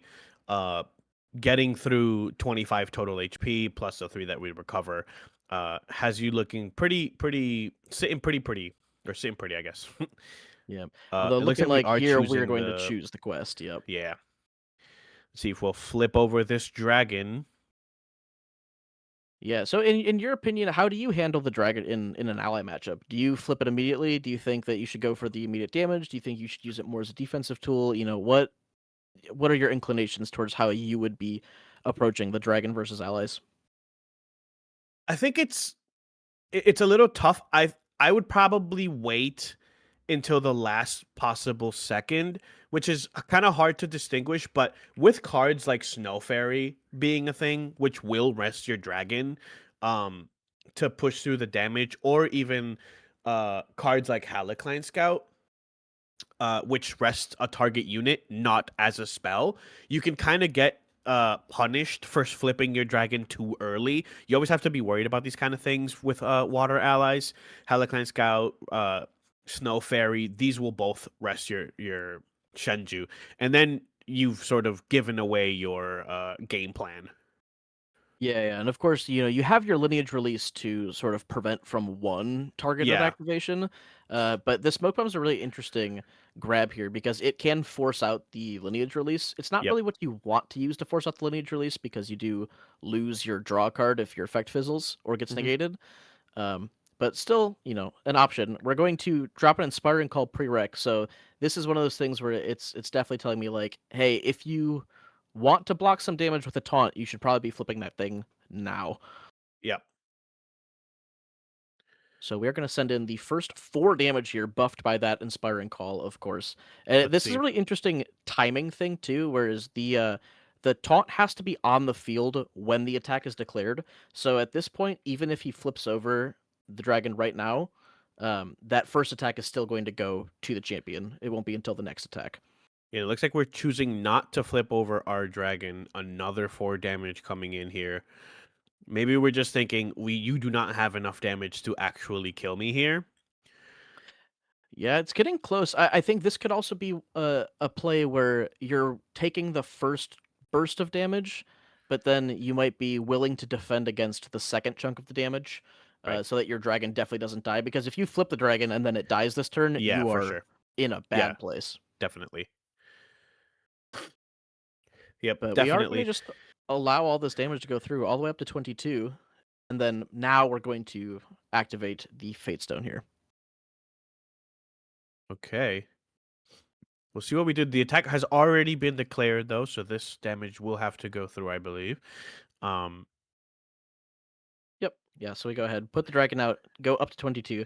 Now this is interesting. We have the smoke bombs which can go through the taunt, and I believe we have another Snow Fairy in hand, so we Yeah. could potentially try to bait out the lineage release with the Snow Fairy or with the smoke bombs. I think you might be willing, if you're Joel here, to, you know, sack the card that you would get from drawing off of smoke bombs to bait the lineage release to then Snow Fairy the dragon and have it be rested permanently. Yeah, you do have to worry about something like a stifling trap to negate the unenter of a Snow Fairy or a Halcyon Scout, which Chatterbox might be relying on here on top of the lineage release. We'll see how we go about it. Yeah, absolutely. I think I'm looking at his list here, and I'm not seeing stifling traps in there. I do see he's got a couple of stifling gyres, but that was not going to work in response here. But it looks like we're just going to play it slow. I think Joel's realizing that he's very much in a good position here, and so not worried too much about negging cards to force interaction. Yeah, I think something like a Song of Frost would go a really long way here. We do have 2 in the deck, so if we are sitting on at least 1 Song of Frost, we can deny this on attack from the Serious command, which we see coming down. This could be lethal with the Dragon plus Serious command and Arcane Blast. But if we have a Song of Frost, then we can get through that. Yeah, absolutely. Serious command, obviously, representing so much pressure here. Yeah. So you're really hoping for either a way to block some of the damage from the incoming blast, or to, just blank the triggers entirely. Song of Frost is devastating for the Serio player here. So I think, in a world where you can Song of Frost, that's ideal. And because you've burned the command already, like, you're definitely attacking this turn. You're not going to sort of leave yourself up for taunt. There is a world in which if you don't think you can get in for like full lethal, you can go for 1 attack and just generate like 3 arcane blasts, and then wake yourself back up with Byako's command and just leave the taunt available. Yeah. But looks like we are going to be pressuring with more damage this time. A Windtrotter hitting the field, saying, a 412 is simply not big enough. I would rather have a 614. I mean, wouldn't we all? I suppose if any ally I played for free could be a 614, Yeah, I'd be happy to take it. me too. All right, here we go. And we 6 are coming going to in. send in the damage. So yeah, 6 coming in, and we have 3 total triggers on the stack. So we are going to Smoke Bombs the Seneschal to draw a card. So we're not looking for the ability to negate, and then we are going to respond to this somehow. Song of Frost would be devastating here if we have it. Let's see. Yeah, there it is. Yeah, so Song of Frost is particularly difficult here for the Serio player, because not only does it, end the combat so you don't take the 6 damage, but it also banishes all the triggers from the stack that Serio's command would have created. And so not only you don't get your 6 damage, you don't get your Empower, you don't get any of your Arcane Blasts. It's the most effective tool at shutting down that specific attack. Frostbind? I was just going to mention we do have enough cards to play a Byako's command, but we have a we might have a Frostbind here in response, but it doesn't look like we're going through, so. Okay, well, it looks like we're deciding to go through. I'm unsure. Yeah, okay, so it looks like yeah. What's interesting about the Serious command and like the way the damage plays out is if there's at least 1 arcane card in banish already, then a single Serious command allows you to just free play the blast that you generate if you stack it empower generate, so you generate the blast first and then empower twice. Yeah.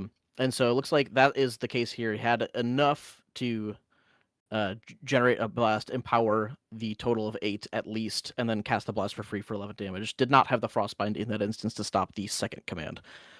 Yeah, and this is kind of like exactly what you needed to get through something like this, right? We ran through all of the options that we have on the Water Lorraine side, on the Goja side. Song of Frost, devastating, but if we have the Byako's command response, then we can wake up our Senju, attack again. We have all the attack all the on-attack triggers going off this time. No Song of Frost, and then we can push through the damage. 20 life is not a lot, especially when we have a 6-4 Seryu instead of a 4-10 Seryu. or You know, sorry, like 612 or 614. however strong it was, Yeah, right? 614, I Uh, think. just ridiculous numbers. So let's take a look at the sideboards here, right? So Chatterbox. So for the Serie player, our sideboard consists of a nullifying lantern, a nullifying mirror, a couple of blanche, peer beyond, regal inquisition, and calming breeze. I think of those, the one that I am maybe the most excited to put into my deck is the calming breeze against the ally deck. Yep, definitely. I think, yeah, I want to say that this is kind of the only thing that you are willing to bring in. Blanche, not particularly good. Pure Beyond can be pretty good if you are trying to get through. I mean, not even really, because nothing really has stealth. So I want to say Calming Breeze is really the big thing that we're looking at for this sideboard in particular, especially I against an ally deck. Yeah, I'd agree. I think Pure Beyond, the only niche it has is that if they are able to resolve a Snow Fairy on your Seiryu, you could maybe use Pure Beyond to let one of your other allies clear the Snow Fairy. But Yep. I think it's one of those matchups where, like, if you're at the point where your opponent has cleared your Lineage Release and Snow Fairyed your dragon, you're probably in a losing position anyways. So Yeah. maybe just worth having the more consistent main deck in that instance. As far as Joel's sideboard goes, so he also has two Blanche, a Clarent Reimagined and Clarent Sword of Peace, a Nullifying Mirror, and two Song of Frost. So I would almost say that this entire deck could come in. This I don't almost think. this entire sideboard can come in. You have to worry about how many cards you bring out, but Yeah, Blanche I mean, really good. Clarent, honestly kind of surprised that Clarent isn't in the main board. That it being such a strong card, especially against non-combat damage. And like we saw, Song of Frost very very crucial against this deck. So it literally any of these could come in and you'd be yeah, totally and fine. I agree. Actually, I think the whole thing comes in because if you look at his material deck, I mean, he's playing a Nullifying Lantern in the main deck, which doesn't do anything in this matchup, as well as Yep. all three baubles. So Yeah. super easy to take out the two dead baubles and the Lantern for Mirror and Clarent. And then, I mean, Blanche is great against blasts, and Song of Frost is very good against the commands. So I think this entire sideboard goes straight into the deck, and Yeah. then we just say, all right, let's go again. Yep. And we have some cards like Academy Guide that don't get a ton of value, right? You only go to level 1. It's only a 1/3. So you can take out a couple Academy Guides for some Blanches. There are other cards that you can take out. So, like we said, I think a lot of this kind of almost very Seiryu targeted of a sideboard, which is really what you have to do when you play a deck like this, right? A 4/12 taunt really, really goes against your game plan. So Yeah. So we are going to start with a unimbued Shangjiang, Fierce Princess. So this is just going to be a 2/3. We're not going to have the access to that damage prevention. But based on the way that last game played out, I think Chatterbox isn't really looking to trade into allies. I think he's looking to put a dragon on the board and blast you with it. yeah, for sure.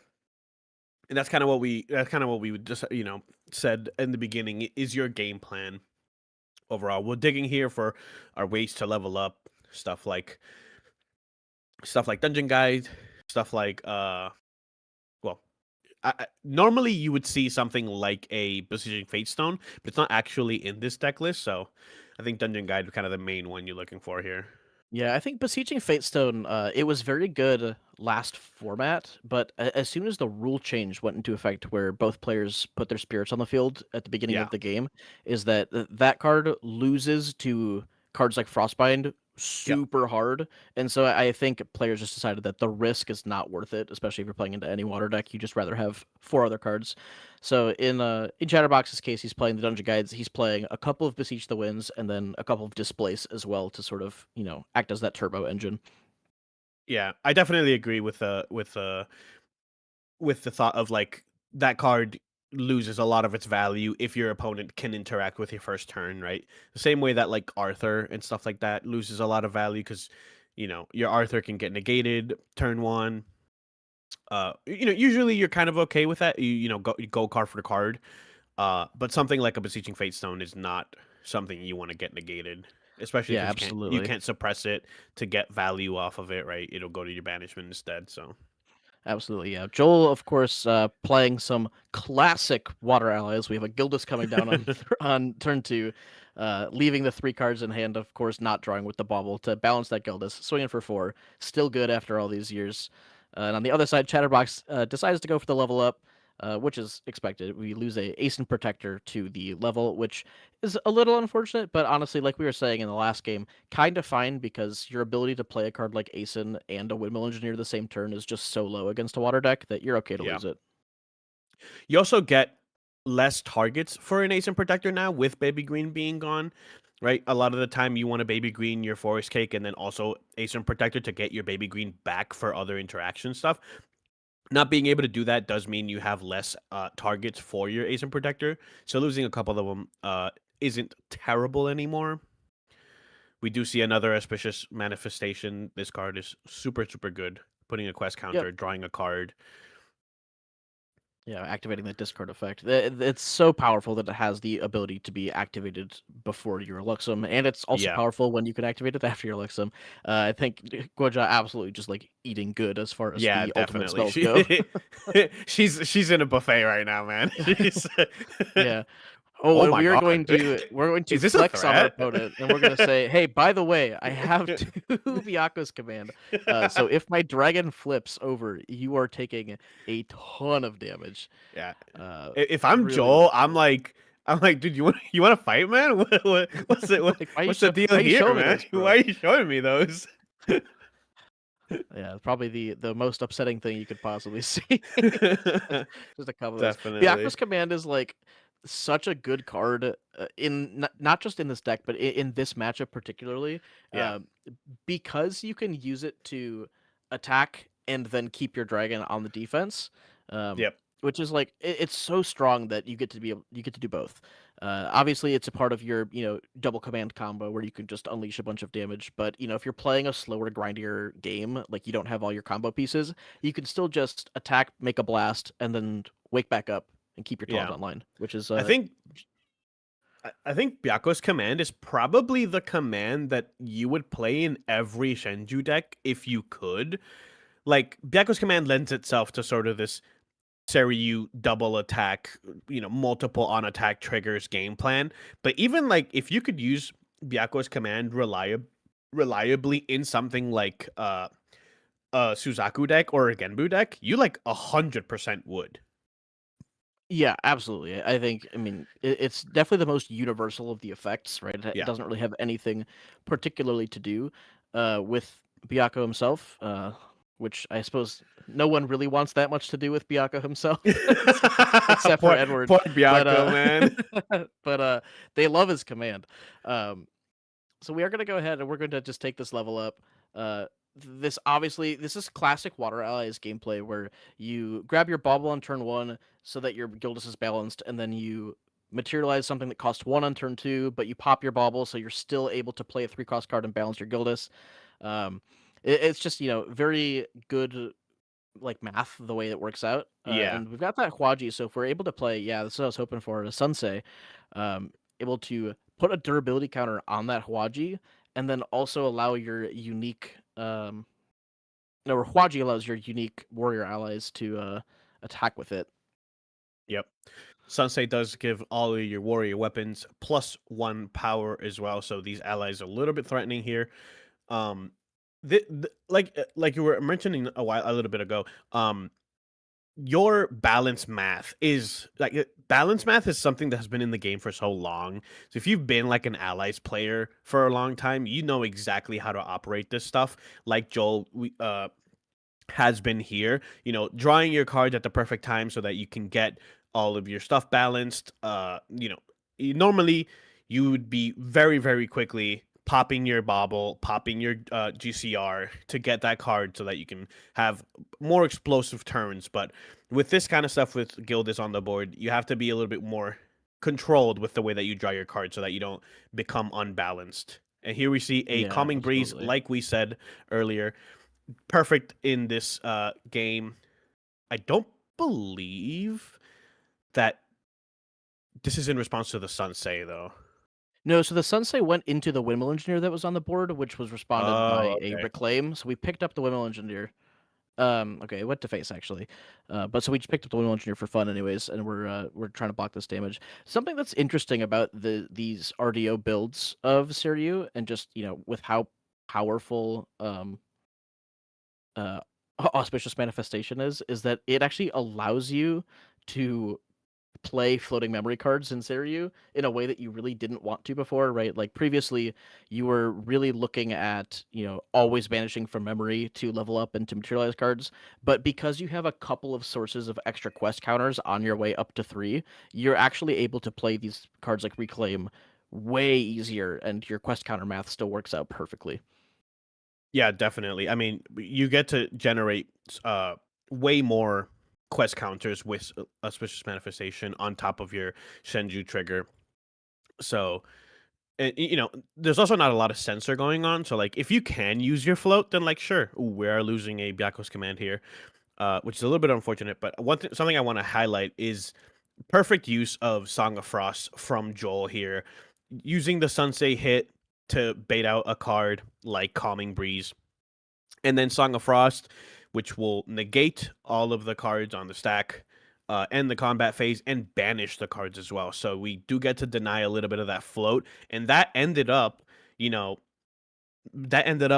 making the Byaku's command here be banished for the level up, right? So we would have had enough cards with floating memory in our graveyard to level up for free here, but that play essentially netted us a Byaku's command out of Chatterbox. Yeah, of course, those end of the combat phase style effects so powerful because like they act as pseudo negates, right? They don't technically negate anything, but ending the combat phase gets rid of activations, materializations, and triggers that are on the stack. So if you're able to bait out interaction in the combat phase, it's a really good way to stop your opponents from playing cards. And like you said, yeah, that Calming Breeze, like not only does it get rid of the float because it banishes the activation, but also it makes it so that that effect of a 3 damage shield for the rest of the turn is just not available. But Yeah. of course, Seiryu can still do Seiryu things. Even if we're hard leveling, we're still happy to throw away our cards from memory to level up. And we know that there's still one more Byaku's command. So losing the command, of course, would usually be a great sign. But we've already seen both of them from Yeah, Joel's point we've of already view, threatened so. our opponent.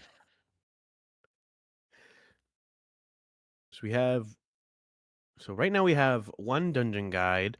We have enough to flip Seiryu, and we have a Byaku's command. So this could be 11 damage from the thing, and then not enough to use an Arcane Blast, I don't believe, because we have not used Seiryu's command. But Yeah, still, and we 10 damage total or 11 damage total is a lot. still, yeah, it's still quite a lot. I think this is one of those things. Yeah, it looks like we're going to just keep the cycle available, and keep gaining these counters, kind of like you did in the last game. He's like, I'm not gonna just flip over my dragon and send everything at you immediately. I Yep. want to sort of see what you have first, and then hit you on the crackback. Of course, 4 cards in hand is not a ton of interaction available. And so, if we have another way to negate like a Calming Breeze or a Veiling Breeze, perhaps, there is definitely the possibility of a lethal push on this turn from Joel. Yeah, definitely. Do we have any way to get through the dragon if it is flipped currently? It would be very difficult. I Yeah. think without the smoke bomb, the only way to get through the dragon is to like double snow fairy it, Yeah. which is just probably not likely. But so we're going to start by sending in 2 damage. Huaji, of course, on the last durability here, so we're not going to use it for this attack with Shang. And it looks like Chatterbox is thinking about something. From the way he's sort of positioning himself, it makes me think that the card he's thinking about is... Okay, so we're going to go ahead and turn over. So we're going to take the first 2 damage, and then we're going to flip the dragon, which I think is a reasonable play here. Yeah. I think it's relatively safe when we do have our level 2 lineage release to negate something like a snow fairy. So Yeah, and forgive me, he Unless, like did I said. actually include the Hwaji in that Chang attack, so it was for 4 damage with the buff from Sensei. Mhm. But now, of course, we are staring down a very large guy with taunt.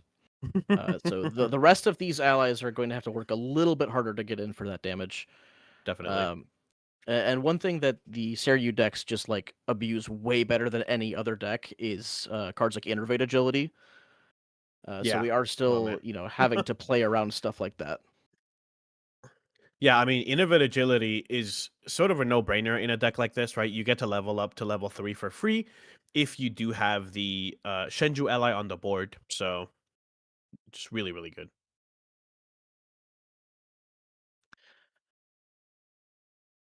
Yep, so we're going to yeah, okay. I think we're starting to position ourselves into a little bit more defensive.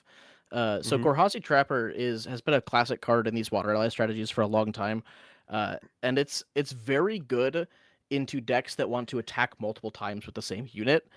In this case, the Siryu Byaku's command combo, because it just says target unit's attacks get -3 until end of turn. It applies to every single attack that unit does. Yep. And so this has been used in the past to deal with things like slice and dice, right? It severely nerfs the damage output from that attack. Any of these like wake up style decks that are, using one big attack and then waking up and doing it again. Gorhazi Trapper has been a classic card that has put up some strong defense against those effects. Yeah, I mean, even something like Sadie, right? Like using a Gorhazi Trapper on a Sadie so that they don't get the on-kill effect is also really, really good value. And here we're seeing Feebling Orb, and gosh, this card is so powerful in what it can do. Forcing your opponent to put cards into memory is really strong, especially against these water decks that are holding up exactly 3, right? You're looking at your opponent, they're playing water, they're holding 3 cards. You're saying, listen, I know you have a Song of Frost, I know you have a Frostbind, I know you have something. So why don't you just put your cards down, and then I'll start my turn. Yeah. This is like this is almost like a bit of a power crept blinding orb. Like blinding orb was used even outside of assassin decks, even though you don't get to draw the extra card because you're not an assassin. This card costs 0, and you don't get to draw a card, but it's so strong to be able to force your opponent to put 2 cards down. Yeah, and we're gonna see here the sort of like other combination that Yeah.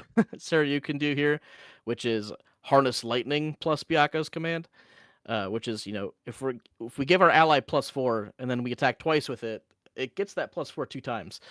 So we are going to hit in for 8, and then I think if I'm correct, we're waking up mid combat to make this first hit come in for 9. Oh, I knew this was gonna happen. So, Korhazi Trapper's effect does target, and so targeting your Shenju with the -3 attack, you can actually respond with the lineage release to negate the -3 so that your damage comes in for its full damage, not -3. So I was thinking that this was gonna happen.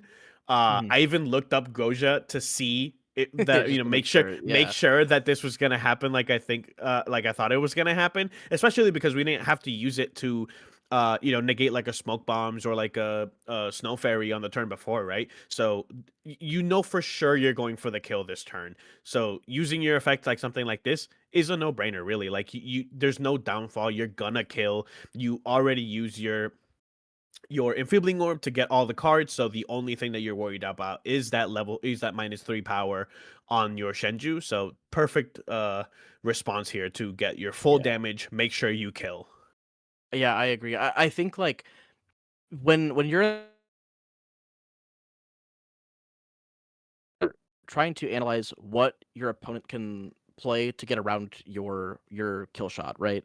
And in Mhm. this case, the opponent had 1 card in hand, and so if I'm sitting there thinking, what are the interaction cards that cost 0? And there's stuff like Deflecting Edge, which can cost 0, Yep. Resolute Stand, which can cost 0, but at that moment, he's not level 2 plus, so Resolute Stand's not an option. Mhm. He doesn't have a sword on the field. He got Hwaji and broke it, so Deflecting Edge isn't an option for 0. And so the only piece of interaction that he really had to deal with was the Korhazi Trapper.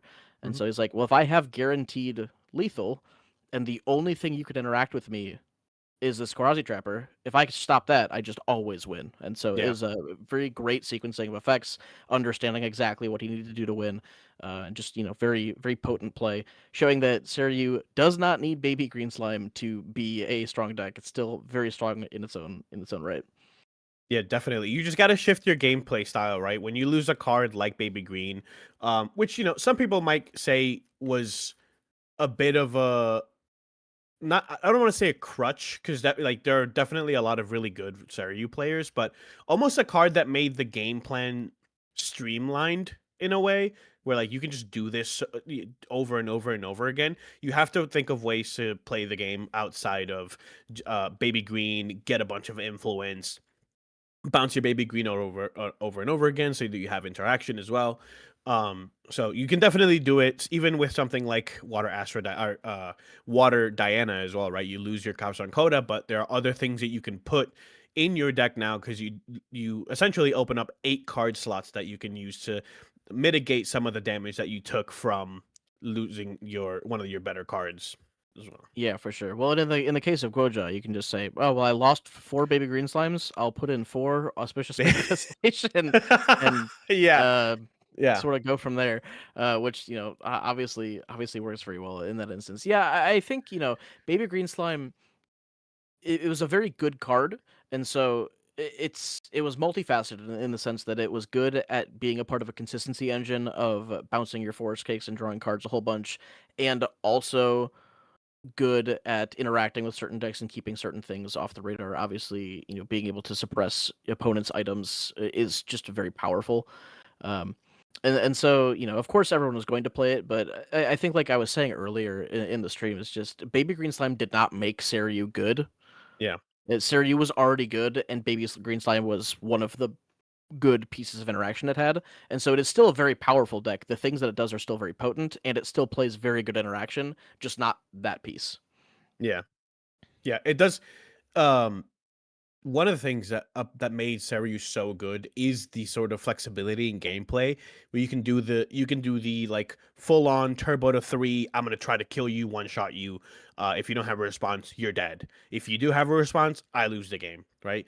Or you can do the like very heavy influence gap game plan where you, like I said, flicker your Baby Green, flicker your forest cake, draw a bunch of cards, and then you just sort of out influence your opponent, right? That was also a game plan that was started, and you can do that anyway, even without Baby Green, right? You can turbo, you can Mhm. play a bit of a slower game where you go for interactions that, especially now with auspicious opening or auspicious manifestation, right?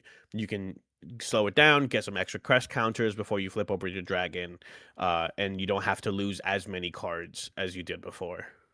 Yeah, for sure. And I think there was a interesting point you had made before about how Ace and Protector has gotten a little bit worse in that deck because you don't have as many early game cards that you want to bounce. Obviously, losing Baby Green is another 2-cost ally that draws a card that you can bounce back Mhm. to hand. I think there's potentially a world where you can mitigate that by playing um, some of the Angel cards. I think Yeah, you're not a deck that plays so many advanced element cards that you want to like go all in on this Angel package, but Benediction Angel is still, Windmill Engineer Light. yeah, um, and you still play, you play your manifestations, you play Harness Lightning's Byaku's command, or sorry, Seryu's command, um, yeah, as well as a couple of exalted cards here and there. I think this list was on Ayala, yeah. as an Mhm. exalted card. So like you have enough advanced element cards to make use out of a couple of those things. Yeah, Um, and then that could potentially be another stand-in as a ally that draws you a card that you can bounce with Ace and Protector, or you can go for a different direction and maybe focus on some other allies that aren't as self like combo synergistic. yeah, You could maybe even go for like a small slime package, like no Baby Green Slime, but you could play Baby Gray, Baby Silver, Limitless, um, yeah. Slime Shield, right? You still have like 16 good slime cards that you can play that kind of do the same thing. um, and so I think there's a lot of interesting directions that this like tamer decks can take, and especially like slimes and Goja both have a lot of potential. Obviously, the top end that Seiryu has is very, very strong, and very versatile, like you said, which is speaks volumes to how it's able to be so consistent and perform so well. Yeah, I think on that same vein, like some of the angels, I think Angel Attendant actually can have a pretty decent slot in a deck like this, right? Angel Attention only needs Advanced Imbue 1, which Mhm. a deck like this where you don't run a full like a full level 3 package like you would in something like Exia or something like Arcane or Astra. You do have a couple Auspicious Manifestations, a couple Arcane cards, and maybe some Exalted cards.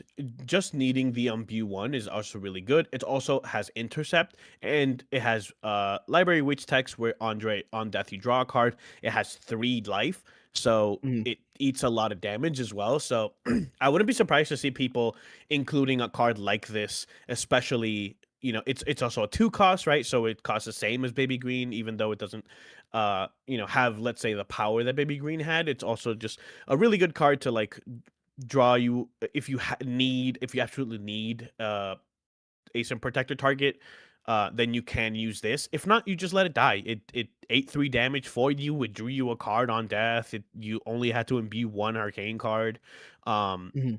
So I think this card uh probably good in a lot of decks. I've seen some Yeah. decks play this. Like you said, Benediction Angel is like kind of a no-brainer in a lot of the times. Like you said, Windmill Engineer Light, Windmill Engineer at home, we could say. Mhm. I think Yeah. there's a lot of stuff in the Angel package which is yet to be explored, which I think has a lot of potential.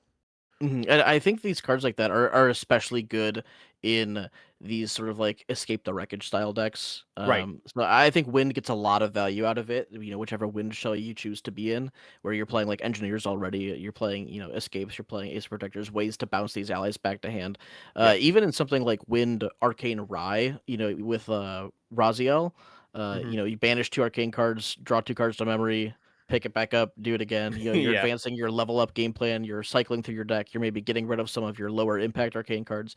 I agree. I think some of these angels and just like this angel package as well in lots of different style of advanced element decks really is really powerful and has a lot to explore. And I think it's really fun how it pushes you to play more and more advanced cards, right? It's like you can play a bunch of angels and then maybe play like 20 advanced element cards like these Exia decks are doing, or Right. like 25, 30 like Rye is doing, right?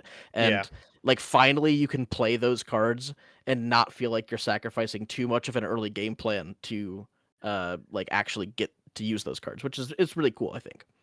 Yeah, there's especially when they just have like good effects, sort of generically, right? Mhm. Having like a 3 life intercept that will draw you a card.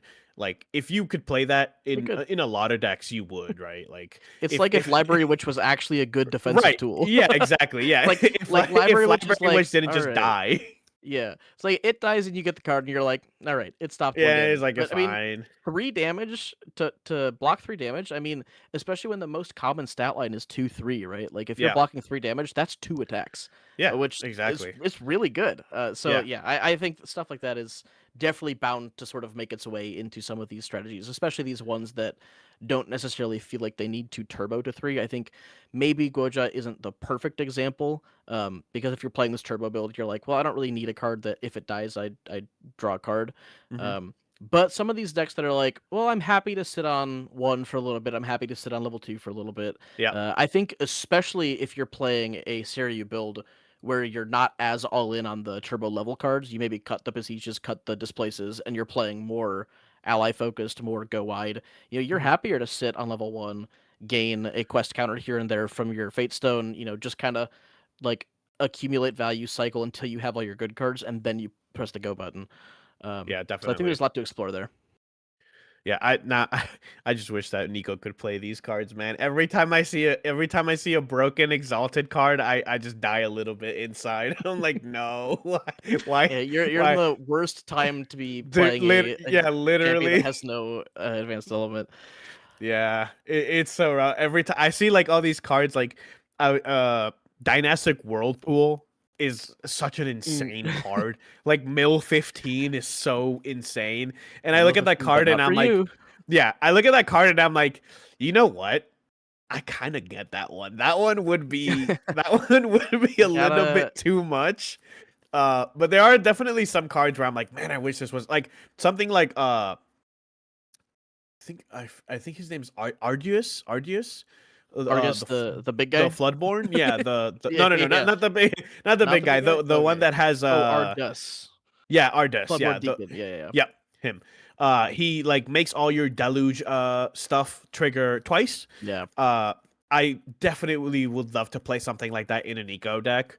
Um, you the power level, I'm sure you can make arguments for like it being too strong or anything like that. But I think some of those game plans can be so fun if you can be like something like Nico and you don't have to go to the level 3. Obviously being exalted is its own way of like balancing cards, which I get and I actually really like a Yeah, lot of the I quite time. enjoy the way that the exalted cards are like powerful effects that fit into the identity of the base elements.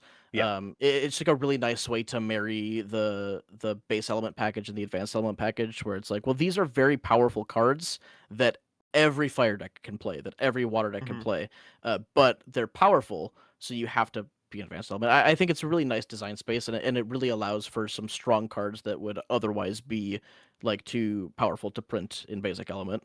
Yeah. They're sort of like they're sort of like self-balancing in a way. Exalted has Yeah. kind of turned out to be a sort of self-balancing element where, like you said, a lot of these cards would be so broken if you could just be level 1 and Yeah, just right. like Be level 1 player. rip all these cards. Yeah. But like you said, the fact that you have to be a level 3 is a really cool game plan design, especially like they said for the go to level 3 game plan, which they've been trying to push over the past couple sets, which I'm like totally down for. Even though I play a level 2 deck that doesn't have a level 3 champion, I'm also a level 3 deck enjoyer, so all these cards are really Yeah, good. I think, it's interesting over the sort of like history of Grand Archive and what decks have been very good in tournament play.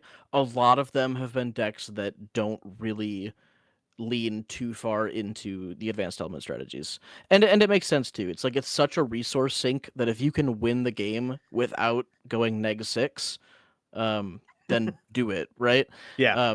And so, finding ways to say like, hey, here's a bunch of synergy pieces for you to play advanced element decks Mhm. without losing so much value from the level up strategy. I think it's a pretty clear angle they've approached it from, and also with how they've designed a lot of the like level 2s and level 3s, right? It's like you have a lot more level 2 champions that are designed towards helping you level to 3 as opposed to like your Tenoruses, which don't do anything, your Jins, which don't do anything. So, I feel like Yeah. you're seeing it a little bit more where you're like, okay, well, I leveled to 1, something kind of helpful happens, like, maybe like a theoretical plus, I'll call it, right? It's like Yeah. Lorraine gets a sword, Rai gets 2 enlightened counters. It's like that's almost a card, right?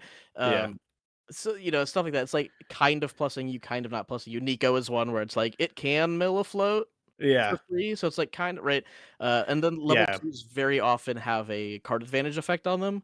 And we're seeing that more and more just to add that consistency to those level 3 decks. Yeah. And so yeah, I I think go for I it. was Yeah. just I think playing level 3 decks is like what a lot of people play this game for, right? Like we obviously have Mhm. our fair share of like aggro lovers, level 1 deck enjoyers.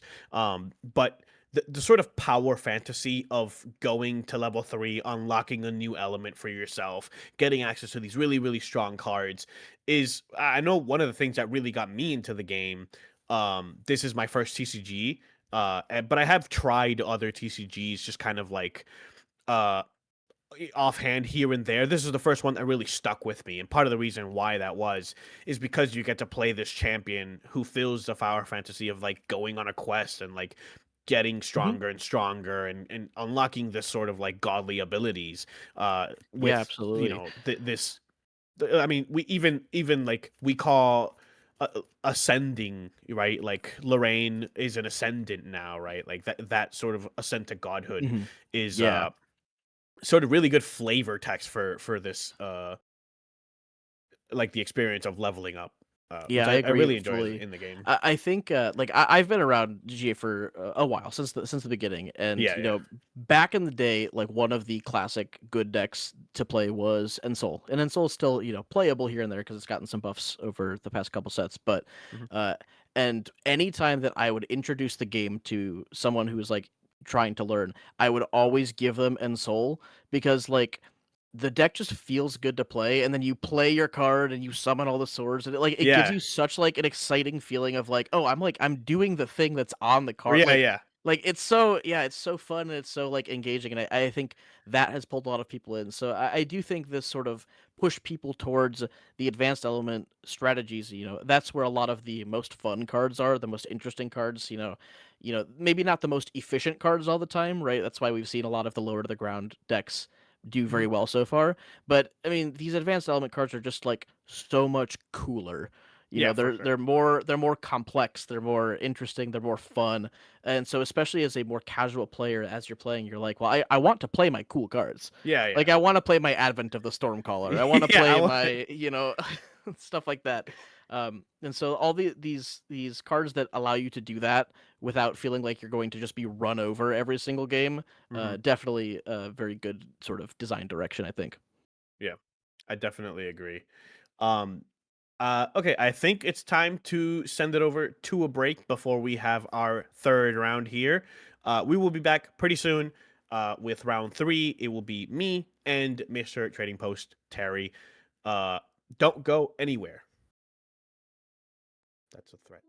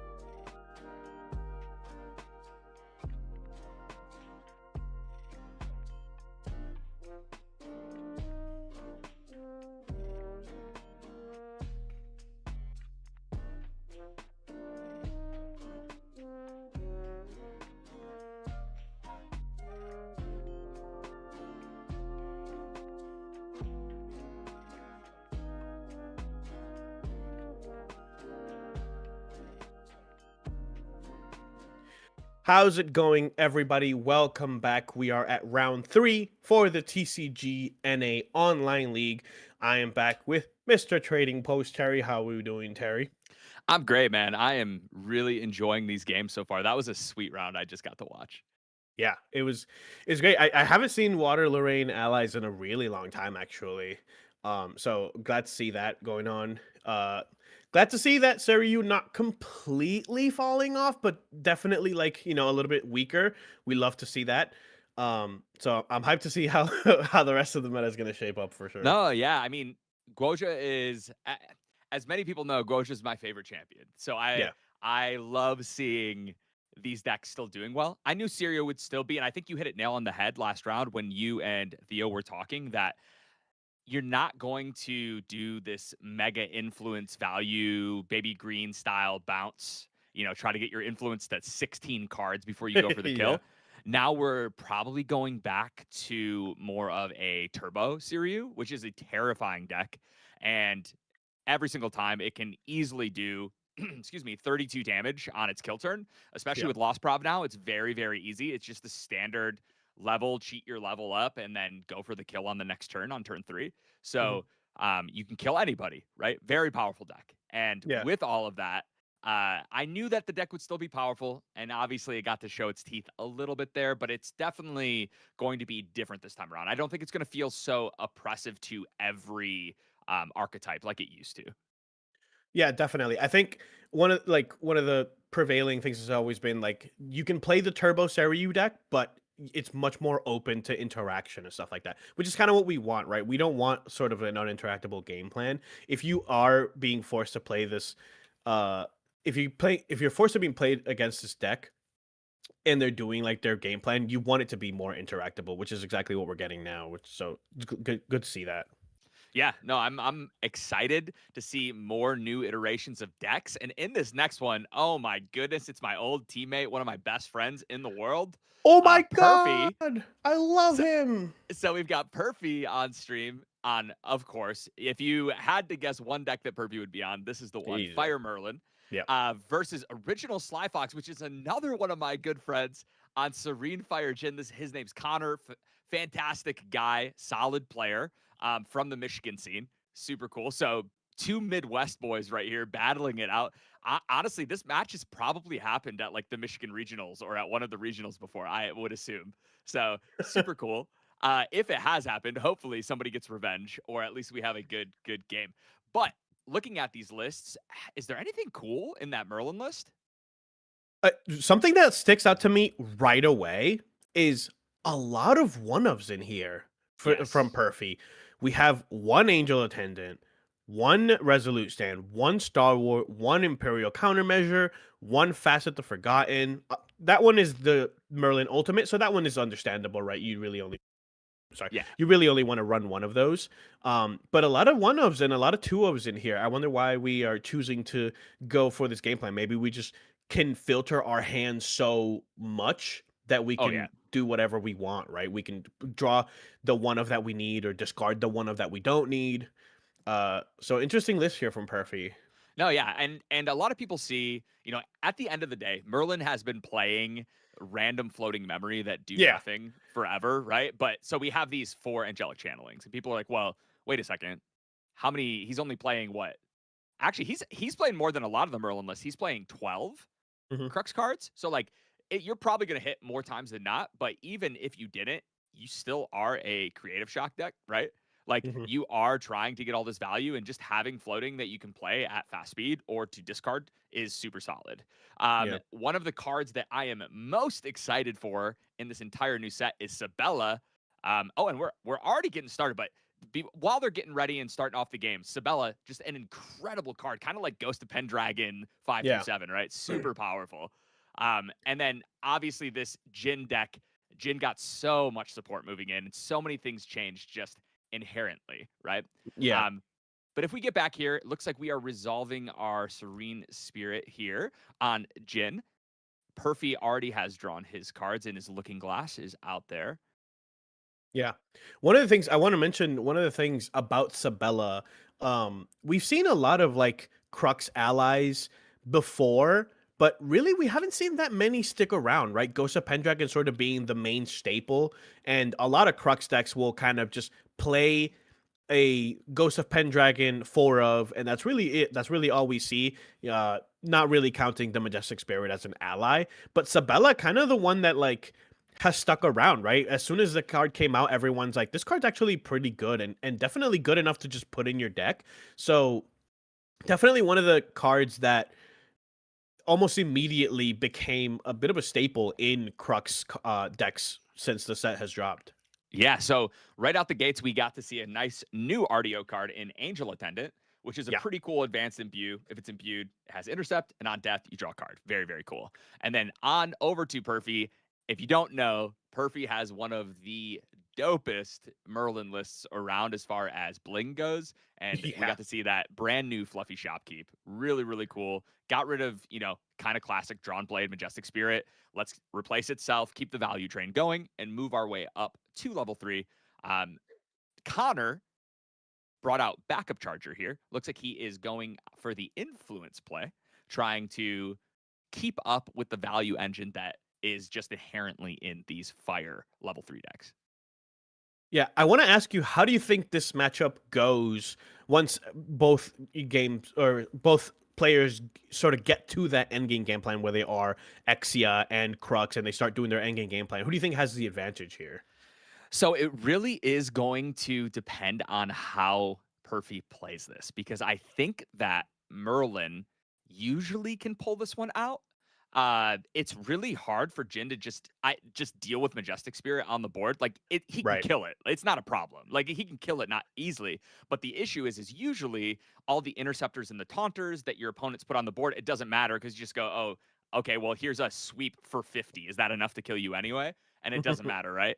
But Mhm. when you have Majestic Spirit, man, you have to do a lot of damage to get through. Yeah. But I think that Perfy, he's a pretty methodical player when it comes to Merlin. So he's probably going to play it slow. Against Jin, one of the best ways to beat a Jin player is to not attack it early, which is pretty funny to think about. Yeah. Merlin is not going to be killing this Jin player early. So Yeah. there's no reason to push that extra chip damage that typically you would want as a Merlin player to soften them up for those early double fireballs or something along that lines. But I think right now you're going to see him play very slow, controlled, worry about getting his influence as high as he can, and then probably set up a kill turn when it is on Jin's side of the board during his end step. Yeah, definitely. And Merlin kind of one of the premier decks to do that sort of game plan, right? Because you're totally fine with just like sitting there and scaling endlessly until your Yeah. fireballs can get you to such a high number where like your men fleshes aren't enough to get you through the game, right? So, Sure. definitely a good game plan here from both players. I'm Man, I trying to love these angel see. cards. There they are. I couldn't see exactly what it was, but yeah, okay, this is dope. I love seeing just Angel Jin. Angel Jin is Yeah, so cool. I What agree. a great way to look at it. Seeing all these new RDO cards, we're on our way out. We're imbuing. We're on our way up.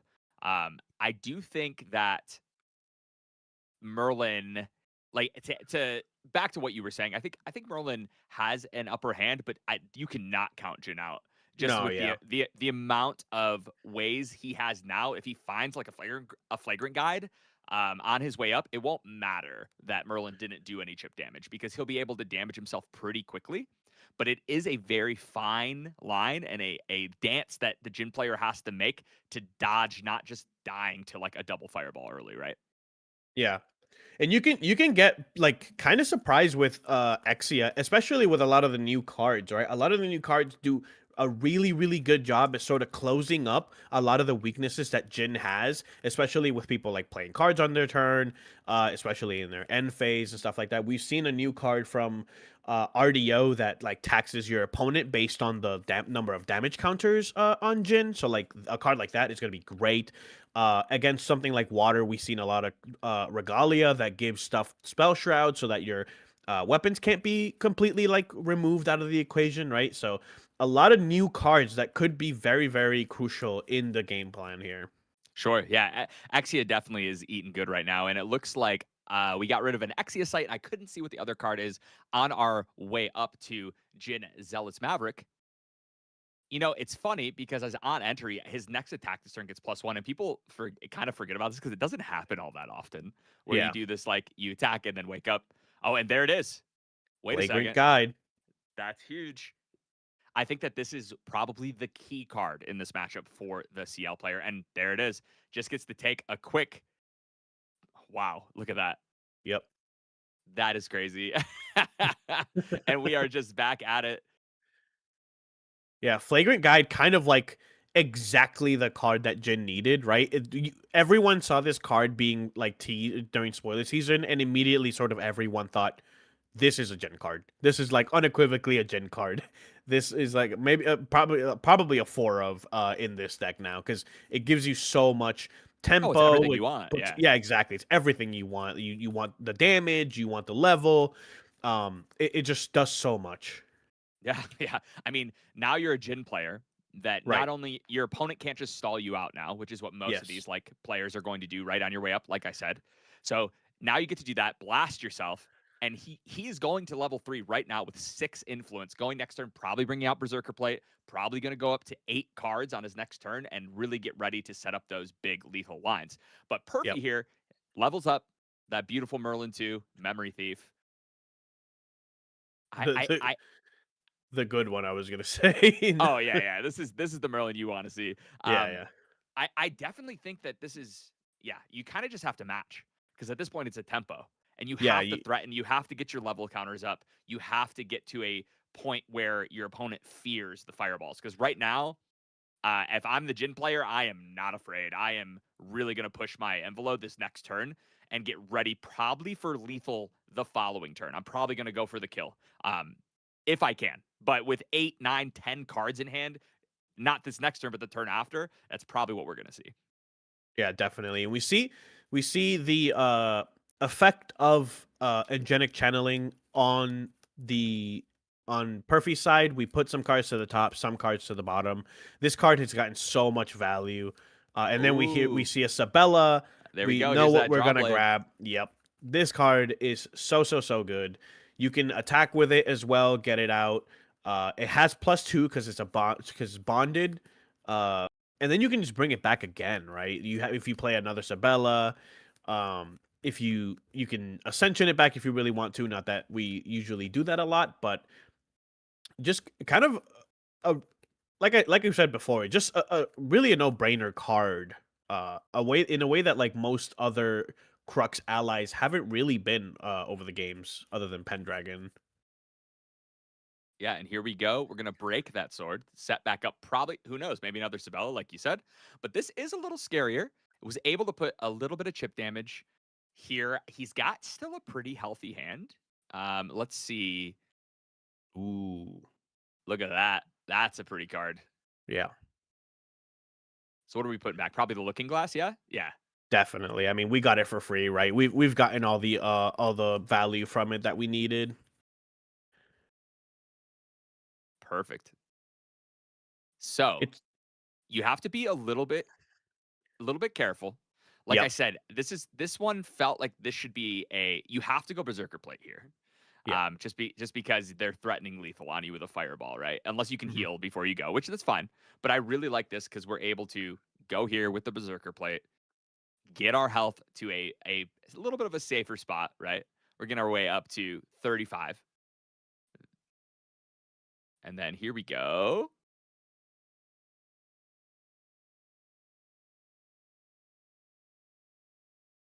That was Seething Intercession, which is pretty cool. Banish the top 3 cards of your deck. For as long as they're banished, you may activate them as an additional cost to activate each of those cards. Deal 2 unpreventable damage to your champion. He doesn't get the second half because his influence isn't that low, but he's able to get an Exia Sight here as well as a Mend Flesh, which is kind of funny. Oh, wow. Okay, here we go. Okay. We are really We digging we here. do it again. Yeah. Okay, he's not Is dying that this another turn. Men Flesh? Yeah, he's not dying this turn. I think we're all right. Yeah. I think it's man, a lot of these new Exia cards just do so much for Jin. He's really eating this set. Gosh, I have not physically seen the Jin deck play out its level 3 turns now with all the Yeah. new support. This is Mhm. terrifying. This is incredible to see. Yeah, Seething definitely. Intercession is a strong card. Yeah, I wonder if do we have an ultimate in this list at all? Maybe one of? I don't think I saw it. Doesn't look like it, no. It would be Uh, really nice to see some of the ultimate cards being played here. Other than Goja, hers is a 2 cost, so it's sure, like yeah. really easy to play. Not as exciting, yeah. Not Yeah, as not exciting. as exciting when it's a 2 cost, but you see an opponent putting down 12 cards for influence, so that's pretty good. You're like, well, oh, what the heck? We're seeing a Polearm horse, baby. Steed. Yeah, Polearm Steed. This card is Whoa. a card that people forgot about. This is an altar card. Yeah. It was put out on the second set. Very powerful. On enter, you get to materialize a polearm. So with that card, he might be able to go for a huge turn here. Yeah. You also can't forget the Jin inherited effect that he does give your horses and humans +1 when he attacks. So That is true. It adds up. we'll see a 2 damage coming in from this horse. Maybe. There's so many cards on the side here that we can just activate if we need to. Yeah, I mean, I think we probably will see a couple of them come to life. Yeah, like a Men Yeah. Flesh, or what do we have here? Oh, this is a siphoning stab, I believe. Okay. It says, as long as the attacker is attacking using a polearm, siphoning stab has unhit recover X, where X is the amount of damage dealt by this attack. So we're doing a little bit of recovering as we are dealing some damage. Just like exactly what Jin wants, right? Every card that we've seen so far does such a good job of doing exactly what Jin wants. We'll see if it's enough to get through. We are at 34 total life. We don't have that many level counters from Merlin, so maybe Let's see not here. super threatened. Yeah, so I think what happened there is he realized that that fluffy shopkeep was standing. And so before he continued through the entire turn, he started to pay, looked up, and then went, wait a second. Yeah. Never mind. I'm going to go back. Let's see if we can dig into some better cards. We still do have that Serene Spirit as well. So Mhm. we are in an okay spot. We are getting threatened, though. Ooh. Okay. We're activating our other beginning, probably getting our new Regalia Scarlet Tassel. Oh, okay, QSG. That's also good. Yeah. QSG. I love QSG. Yeah. I'm also a QSG. I actually was really glad when Unmake Duality was banned because it meant I would just go back to playing QSG in my Nico deck.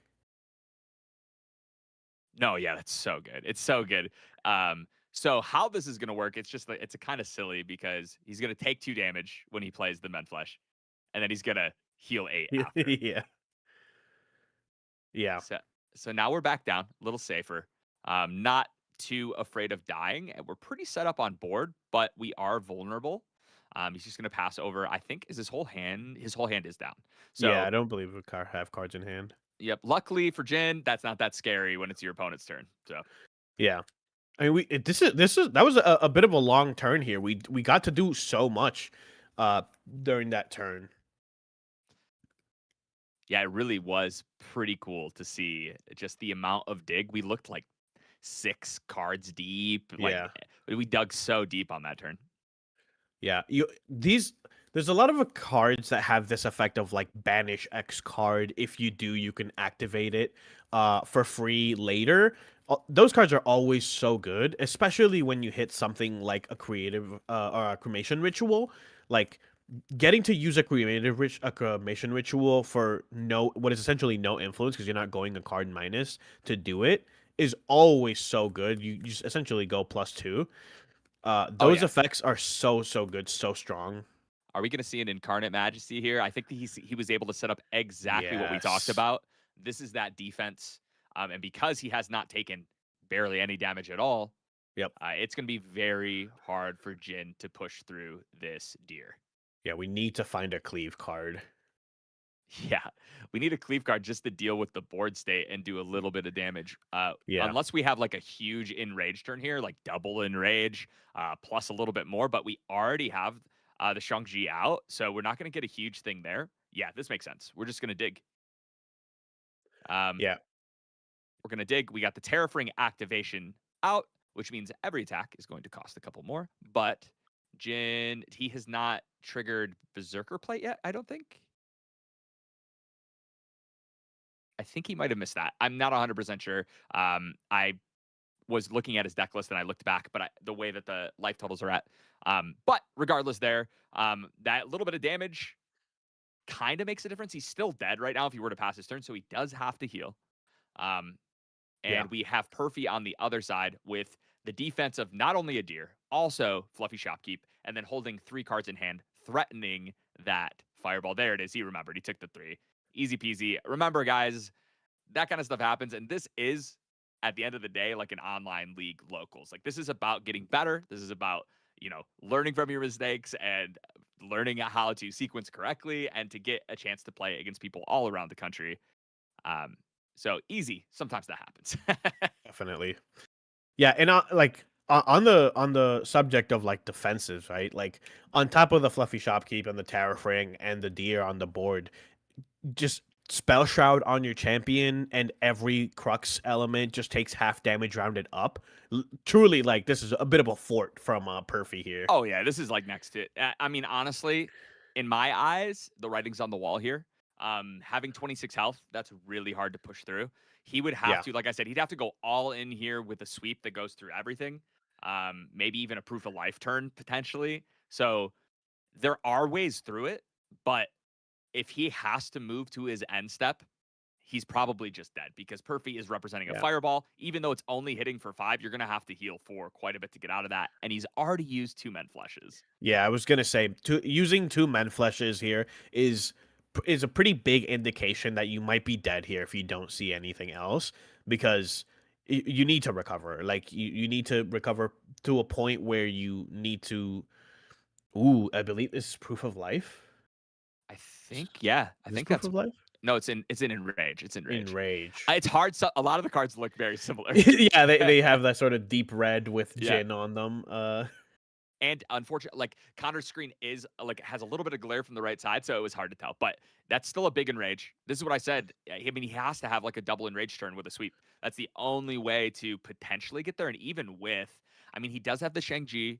The Shang-Chi is going to give him 1 attack for every 5 damage that he has. So he's currently looking at 8 plus there. But now he has an Enrage that's giving him, I want to say, another.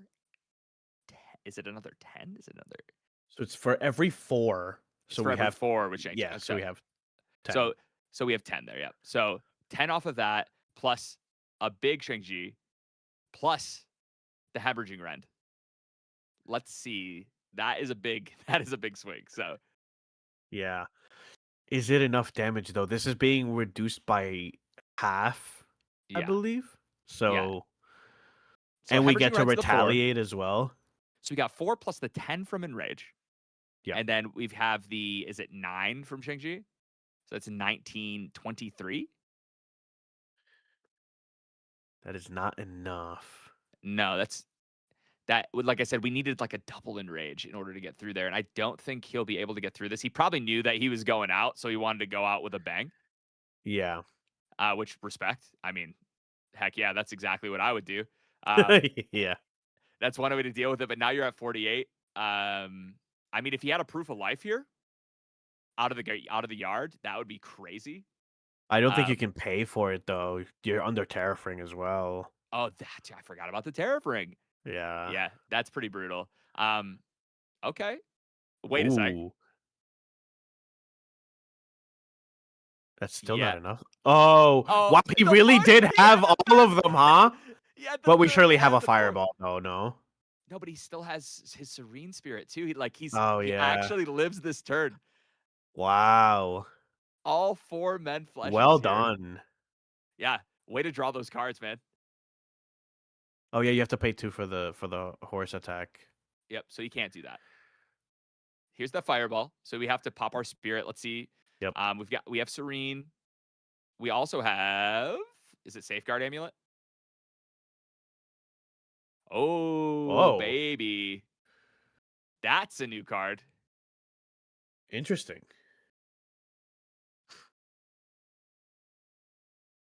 He gives himself Spell Shroud. So that's it does pretty cool. It says other objects you control. Notably, not other non-champion objects you control. That was a cool little flare right there. We're on over here, Sword of Seeking.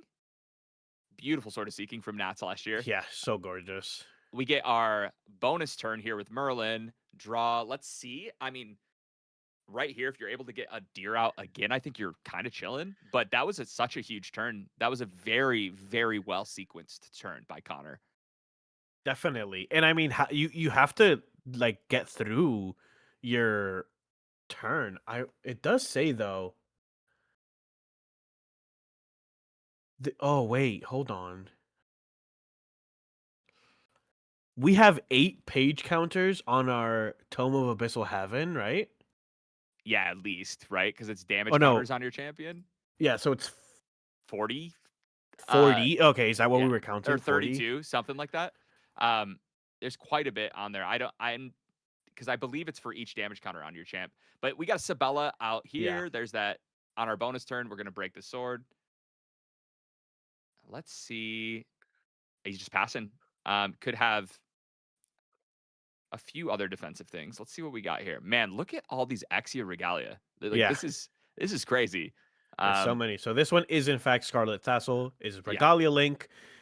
You can pay 2 and rest it, and Linked Regalia gains Omni Shroud until the end of turn. There's so much Regalia protection now in Exia. I think the reason he put 4 on there is because he has 4 turns where he can use it.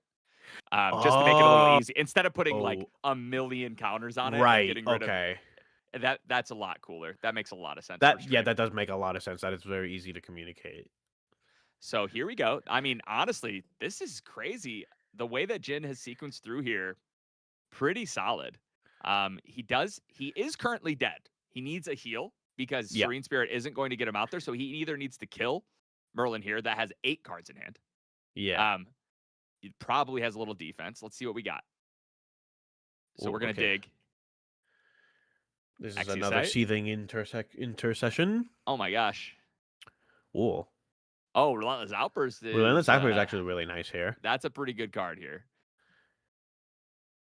Being able to have that plus a swing. Has. Yeah, Perfy's got to have. I mean, I don't think you know what? I'm going to pull up his list because there has got to be some solid defense here. But what could it be? He doesn't play in caps in the main, so he can't. We have Blanche. Blanche is good. Blanche would get him through that. But I think he doesn't die to just a swing. So he would need a little extra damage. Yeah. Enrage here obviously would push him over the edge. But that Relentless Outburst does look good. And this is where we might see all of those 1-ofs, those 2-ofs of different tech cards that Perfy likes to play actually come up. Definitely. I mean, Relentless Outburst is such a good pull here from the Seething Intercession. It can pump so much more damage.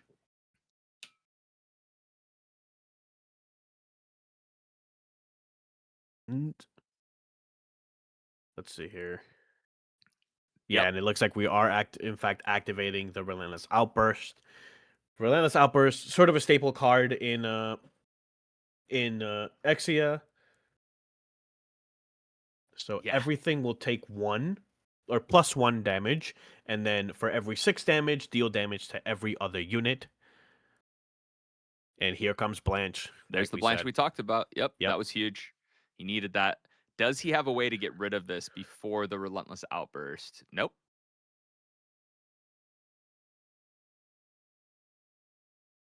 All right. So we did get to negate all of that damage here. Is the swing going to be enough? Do we have an Enrage or maybe a... There is an Enrage. There is an Enrage right there. Okay. He must have hit that. So let's see here. I mean, he's playing it. This is a very... the Relentless Outburst alone would have been enough to basically push through. So now he's in a situation where, here we go, 52. That's plus... Wow. That's a plus 10 or a plus 12, 13. Yeah, this is for sure enough damage. 13 and then 11. So we're swinging for 24 here. Let's see. Does Perfy have some Is it crystallized? Nope. No, it doesn't look like it. Yeah. Yep. So he's going to scoop it up. Wow, that looked like it was not going to be possible for Jin to pull off. Yeah. Murphy set up an incredible defensive wall with Majestic Spirit and other powerful cards, but even so, Jin was able to fight its way through that incredible wall and end this game and take the first. I mean, I want to say honestly, the MVP of this game was Seething Intersection, right? Like, so many of the cards that you hit off of Seething Intersection were so crucial for Oh, the yeah. game plan. Like the two Men Flesh that we saw, another Wild. beginning, getting the QSG to then get your tome out as well. Like a lot. I mean, so pretty much every really card. well. Yeah, pretty much every card that you saw off the Seething Intersection was good towards the game plan, right? If we didn't see a lot of those cards, Slyfox would probably be dead here. Yeah, that was wild. Really, really well sequenced with all those regalia, obviously, and being able to dig that many cards deeper. Like you said, it's kind of like a +2 every time you use it, right? Which turns Yeah. out that's pretty good. Sort of avarice is banned. So going into sideboards here, this is going to be huge, and it looks like Perfy has a plethora of things, which is pretty cool. He's got access to 2 Crystallized Destiny. He's got access to 3 Protect Her at all costs, which that card is wild in this matchup. Yep. It makes your opponent have to use sweeps. It has to cleave, right? If he doesn't have the cleave, he's not going to be able to push through. We also have a Resolute Stand. I don't think we'll use that. The attacks are just a little too tall, but you know for sure you're going to see those 3 Regal Inquisitions come in. Yeah. A lot of like Regal Inquisition can be such a good card against Exia or Jin, because if you get rid of those Men Flashes, you can pretty much guarantee that you're gonna kill them on the end phase, right? Yeah. Yeah, I really like the inclusion of Protector of all costs. This is kind of like a buff that Kingslayer got because of the Assassin Merlin. Not necessarily that she needed it, but yeah, really, really good because it has Merlin bonus, so any version of Merlin can use it. On the Jin side, though, we're probably going to see the Smoke Bombs. Yep. We're probably going to see, what does he have in his mat? Is there something that doesn't really matter in his mat deck all that much that he maybe like Nulmir probably takes Nulmir out for the Chime. So if he's afraid of getting milled out by those Regal Inquisitions potentially, he can put all the cards back. Or if Perfy does Regal and hit like all his win cons, it looks like he likes to have 4 of cards in his hand, right? 4 Men Flesh last game. So if he has like 4 Enrages in his hand and they all go to the yard, boom, we can put them back. That's pretty good, and it's just a strict upgrade to Nullifying Mirror. So I do like that. And then everything else, Crimson Rupture, I don't think it's enough. I think if it could get rid of Majestic Spirit, then 100%. We would be seeing this, but because it's just going to get rid of probably like a sword, and it's just not as powerful, right? So probably going to see the Smoke Bomb, either the Smoke Bomb or the Chime of Endless Dreams come in here, maybe both. But the way he utilized all of those, maybe Scarlet Tassel could get taken out. I don't know. We'll see. It's definitely a hard decision, but I think there are some options there. And it looks like we are almost ready to start off. Perfy is all set up, and Connor is just finishing up sideboarding, shuffling up. Man, that was wild. Obviously 4 Men Fleshes. That's gonna do something for you, right? Every time you see your 4 Men Fleshes, I'm sure you're gonna have a pretty good game. Yeah. So here we go. We're gonna resolve this glimpse here before we go back over the Perfy. Was that a keep 6, or is he think if it's a keep 6, that's terrifying. Is it a keep 6? Yep. Oh my god, it is a keep 6. It was a keep 6. That really is scary, actually. A keep 6 is a terrifying thing to see. Yeah. So here we go. I'm gonna show nothing like your opponent saying like, you know what? I'll keep all of these. Yeah. When he gets a chance to mulligan, and then you're like, nah, I don't need to. I'm good, bro. Yeah. So is that what a strong turn. Yeah, is that Angelic and a tenant into Gentle Respite? Yeah, into Gentle Respite, yeah. Yeah. So here we go. Yep, he had to have something. Yeah. That's totally fine. Honestly, as the Jin player Ghost here... and an Incarnate, yep. As the Jin player here, it is a little bit of a setback. I think that if Perfy is able to level up here, he might Dungeon Guide to 2 just to eat that. Yeah. We have 6. So here we go. We're able to bring out the inner, go to Lorraine 1. Move to wreck. CL's hand is down. I think if he has the Dungeon Guide, he'll probably slam it. Yeah, it's probably not bad. Yeah. Yeah, Yep. here we go. Yep. I have played a lot of Merlin with Perfy and around Perfy, so yeah. I know these lines a little bit. Looks like we're gonna. Ooh, we had to get rid of some good cards, a Fluffy and a Blanche. So his hand is probably loaded, but he does get to eat that. Get to level 2, get that level counter, and start pushing here. Gonna kill that attendant. The attendant. Yeah, and exactly what we need as well. He does get to draw off that, doesn't he? Off of the attendant. It doesn't have the death trigger that you get to draw a card. Isn't that what it is? I believe that was Benediction Angel. Oh, maybe I did. Yeah, honestly, Angel Attendant is a 0/3. Oh, that's the one that gets gosh, all these new angels. Oh no, it does. Angel Intelligent is the 0/3 here, but that's not what that was. Yeah, I believe it was Benediction Angel. It was Benediction Angel, not Attendant. Yeah. It's a little hard sometimes with the yeah, angels, right? Yeah. Definitely, the angels. A lot of the angels do kind of have the same coloring background as well. The sort of like halo-ish yellow. Yeah, and honestly, the little bit of glare makes them have even more of a halo. So yeah, it's a little hard to tell. But here we go. Backup charger, take the turn off, get that influence back that we used to level up with Dungeon Guide. Maybe he's got another Dungeon Guide. I guess we'll see. Jin being level 1 is a little scary. Yeah, especially with Merlin being awake, right? You kind of get to hold Jin hostage from using float. So if we are gonna level, we're gonna use our influence to do it, which is not a place where you want to be. Yeah, definitely not ideal. But maybe we have the flagrant guide and it won't matter. We just level up by taking a bunch of damage instead. All right. Here comes Jin level 2. Yep. Let's see if we have a Dungeon Guide or a Flagrant Guide. Oh gosh, yeah. Flagrant Guide it really does change how this game plays out, how this matchup plays out. I would be interesting to see how many other decks can play a card like Flagrant Guide. It's a very Jin coded card. Oh yeah. But maybe it's tough. That like recovers a lot can get a lot of use for it. Here we go. We see the Flagrant Guide. Oh my goodness. It's so good.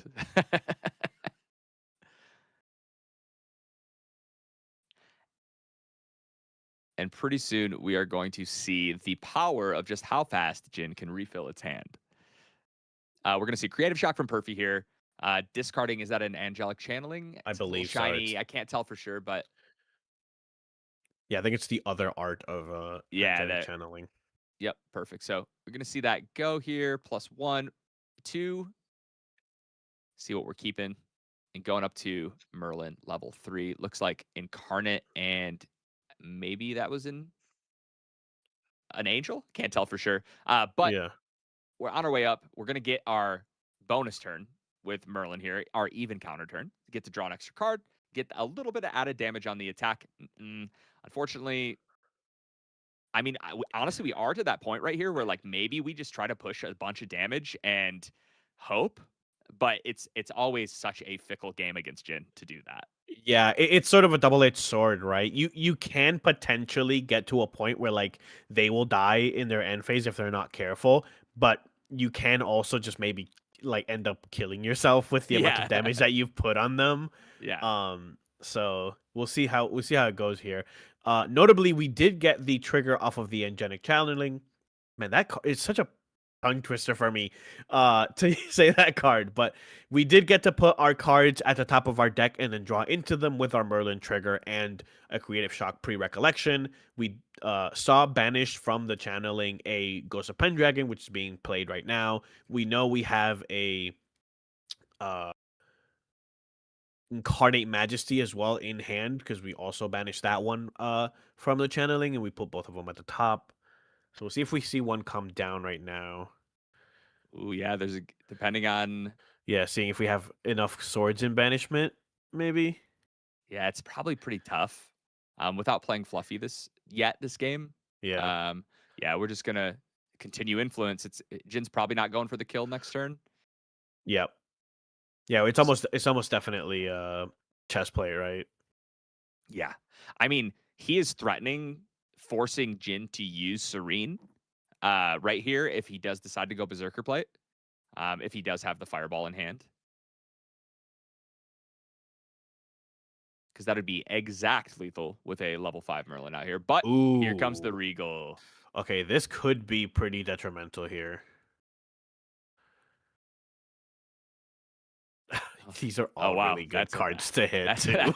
That's just a handful of Exia cards. Yeah, definitely Seething Intercession. We saw how powerful that card was last game, so I do want to just make sure here. We do know that 3 of those cards were in memory. There's only one, which is the card on the far left of the 3.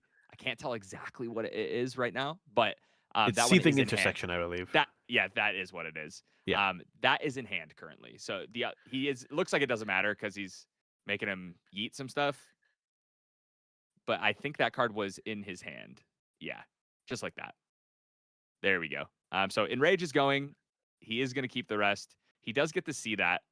Perfy does. Yeah, and, you and gotta us. show it. It is Yeah, a cremation ritual.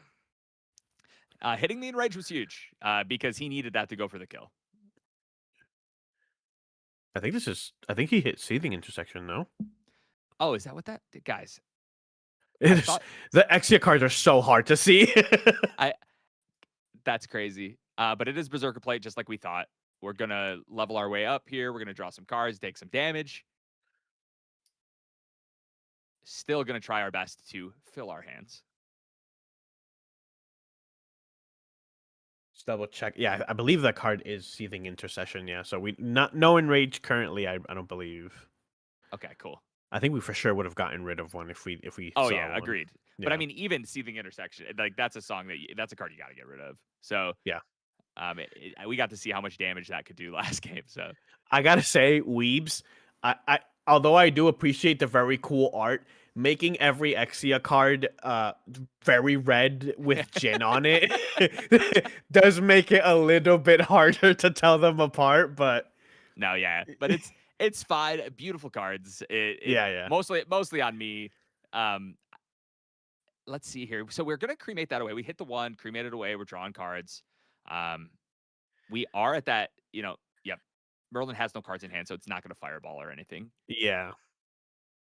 But Incarnate Majesty being in Perfy's hand here, we know this can be a pretty safe turn. Mm-hmm. We go to level 6. We bring out the Tariff Ring. We get to swing, poke a little bit of damage, and probably just slam our horse. Yeah, definitely break the sword, make it cost a little less. Yeah, and we are putting Jin in a position where you either have to heal or you're dead for sure, right? We haven't seen any Men Fleshes off the Regal Inquisition either, so unless we drew off of it from the Cremation Ritual last turn, we are a little bit, definitely at a clock here. Yeah, I mean, honestly, this is ideal for Perfy here. I mean, the crazy thing is that we saw this happen last game where he had a really nice setup, and then somehow Jin was able to get out of it, but we did not see the heal. And but okay, we're probably going to see another cool combat trick there against Merlin's fireball potential.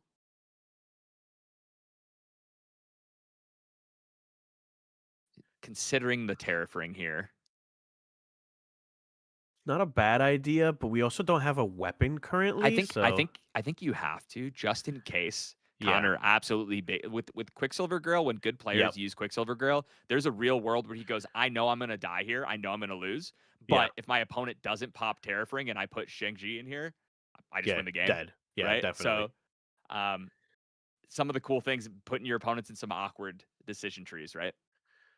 Oh, yeah. So it looks like we're we found playing one. it on the safe side here. Definitely can't afford to take any risks here, especially if we can't clear the horse or the deer. Yeah.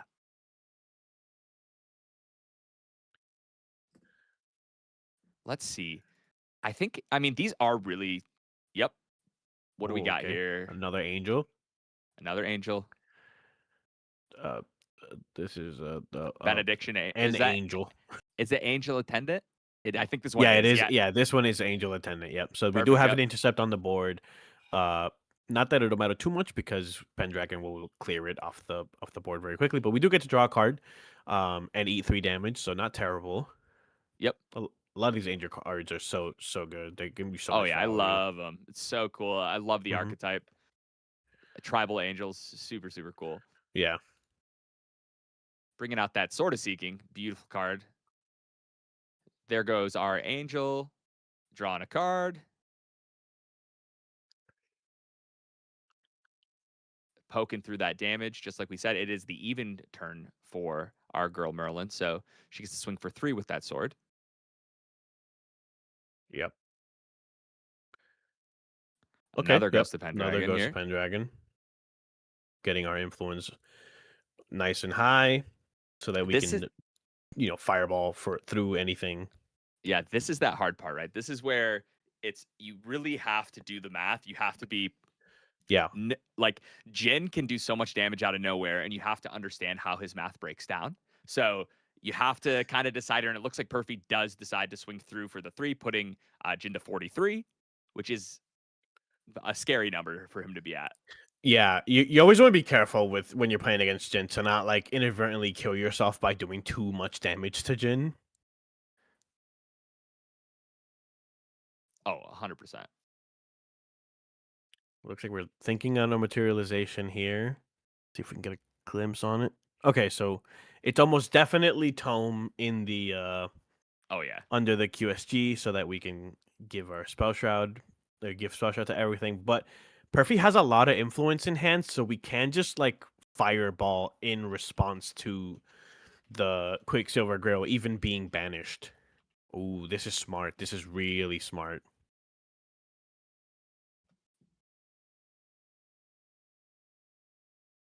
There we go. Let's see what's going on here. I believe we're drawing off of chest plate. Yeah, okay, yeah. So this is really smart. If you do it now, because if Perfy responds with anything, he is just pumping the amount of damage that Jin can deal. And by the time the end phase comes around, you already have Spell Shroud. So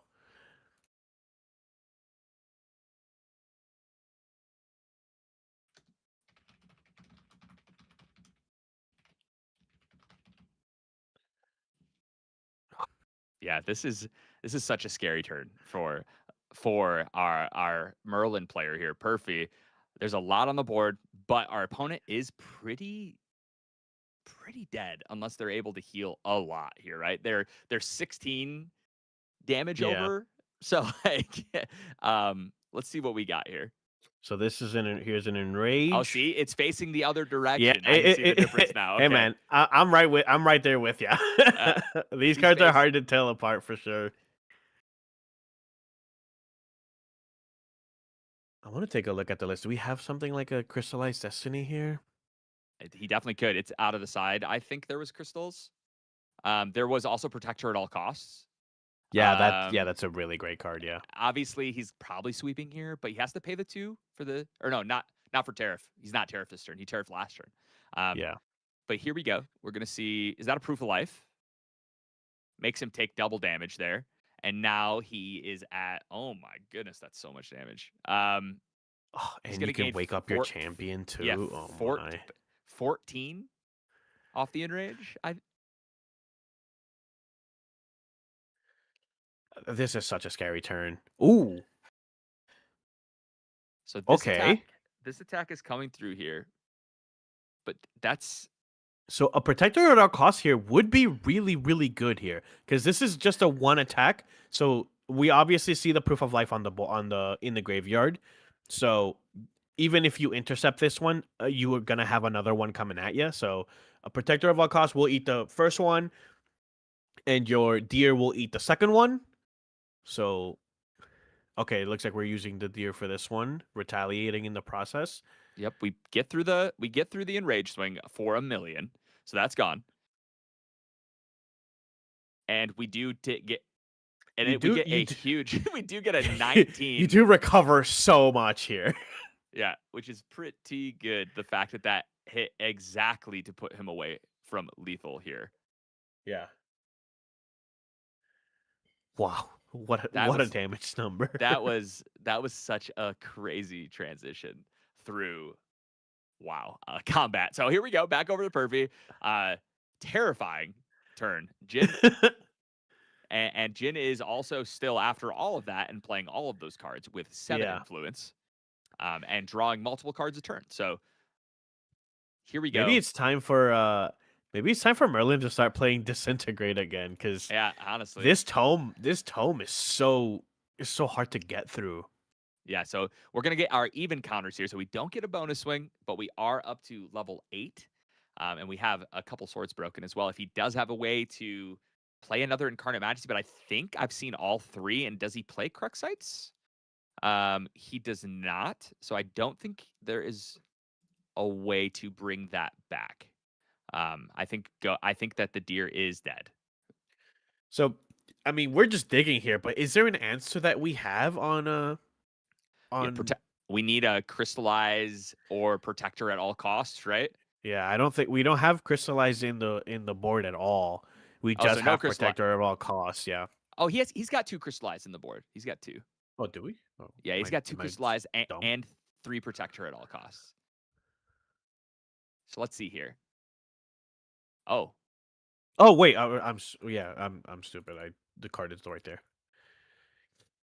so he did have another incarnate. Oh, and a Facet the Forgotten. Wow, this is awesome. Wow. So what do you think we grab here? Maybe an Enrage? Oh, none of these are good. But I mean, at least we don't have any other like attack extra cards. He's right here. He's just gonna go, hey, just take all that floating memory, I guess. No, Yeah. he's got to keep, right. Like, what is he gonna do here? Oh, is he? Wait. Okay, so are we just using this to? No.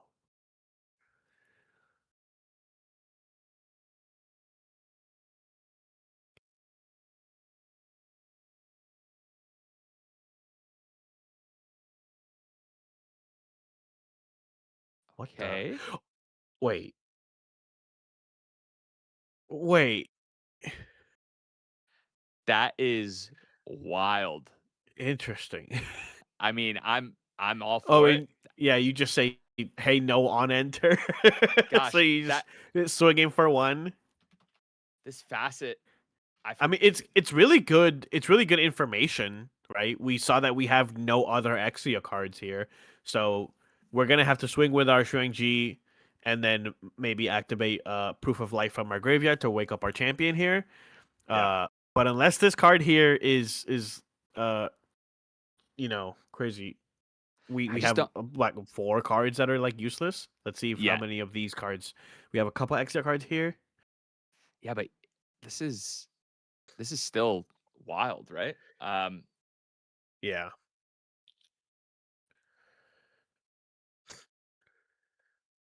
Yeah, I don't know.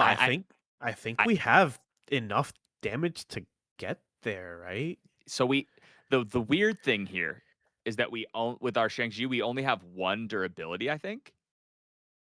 So we're gonna have to have an attack into that probably. Which if that's the case, the amount of damage is gonna be tough to do. Did you see that? Wait. Lava Storm, just kill every ally. Yeah, that's one way to do it. That is one way to get rid of that deer.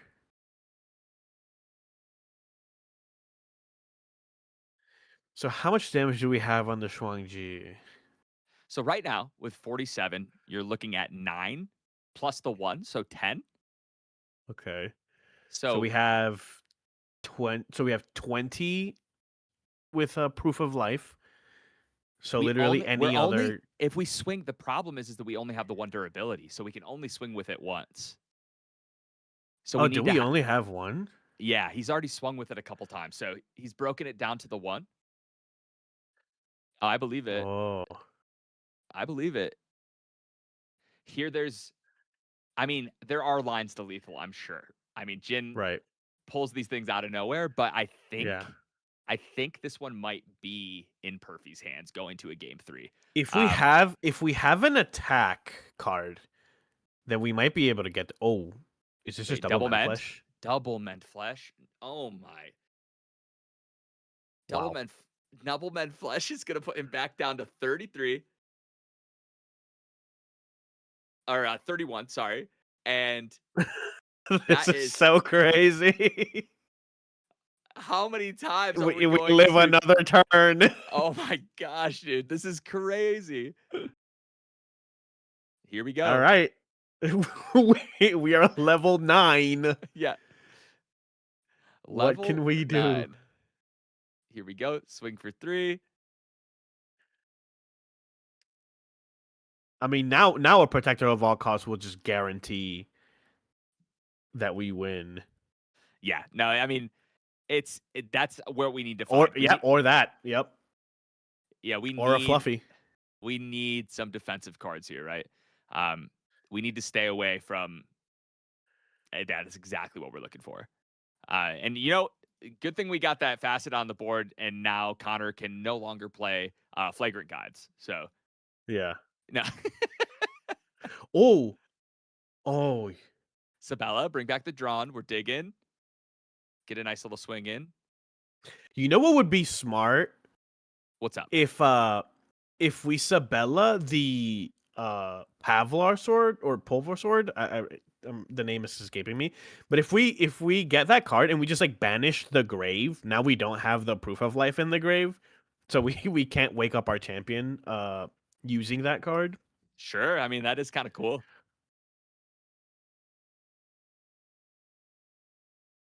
I like that idea. What do we got here? So we are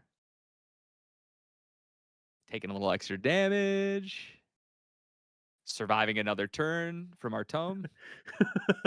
Drawing some more cards. This is really becoming a grind fest here. Yeah, this is why. I mean, Jin has always been right, like super grindy. Yeah. But this is, I thought it would be faster, right, with everything, and I think it is. But the thing it's got now is it has so many ways to survive. Like I feel like this deck definitely. I mean, he healed out of 22, right? Oh wait, here we go. Relentless Outburst. Perfy has 4 or 5, 6 cards in hand. He's got a good chunk of cards in hand. So let's see. Definitely could have the Blanches here. You're not that scared, but this does deal with the fluffy is the issue. Yeah. So we have the Blanche. I knew that we got rid of one early on, but we do have the other one here. So there we go. What do we got here? Incap? No. Wait, sorry. Not Incap. Sorry. Wait, what? Wait. I think he thought exactly what you thought. I think he had the exact same thought that I had, and I was like, wait, no, that's an ally, not a not a thing. Sometimes Blanche does feel like a spell. it does. It definitely does. Yeah. Okay, so we have our Fluffy has survived. Yep. That against all odds, Fluffy is still alive. Merlin is still alive. Jin is still alive. Yeah. Let's see here. Counting out, doing a little bit of math. Probably looking for. I mean, he could heal out of this again with Serene, right? He still has Serene. Yeah. Here's that's Enrage. We know he's looking to our left. That's Enrage. Yep. So we're gonna add a good 10 damage to this swing. So he has to find a way here. Like that Fluffy is really, really hard to deal with. Does he have a sweep? Because the sweep here comes through for 8 plus 10 plus 1, 19, 20. Oh, it puts him to 1. The sweep costs 4, no? Oh, I can't tell how many cards are in his hand. This was if he has enough to play it, even with. I think he has 4 in hand. Yeah, I think he has 4 cards in hand. Okay, what? What is going on? There was a lot happening here. So Fluffy's going to retaliate. 44. That's going to get rid of our Enrage, right? Are we just doing this to recover then? Yes. I think that's got to be what's happening right here. Wow. Oh my goodness. Recover 23 is so rough. Maybe they had the Shang-Chi at 1, but maybe Oh, it wasn't. Okay, so we were counting the number, how many we had used. Got you. Okay. Okay, so we have now we have 1. Now we have 1. Okay. So that changes things then. Maybe there was a line with Proof of Life. Yeah. But regardless of that, that was a crazy turn. Live another one. Let's go. Siphoning Stab. Let's take another swing at it. Yeah, I mean, you're guaranteed to at least go to your turn and play out your full main phase. So And honestly, I mean, that it is a very real strategy when you are up 1-0 in a grindy matchup to continue to take game actions and stay alive. So this is definitely a real thing that can happen. All right. Let's see. We have 12 cards on the side of Perfy. We're bringing out backup charger. Taking 3, 25. Go to 25. We draw our card. Draw another card.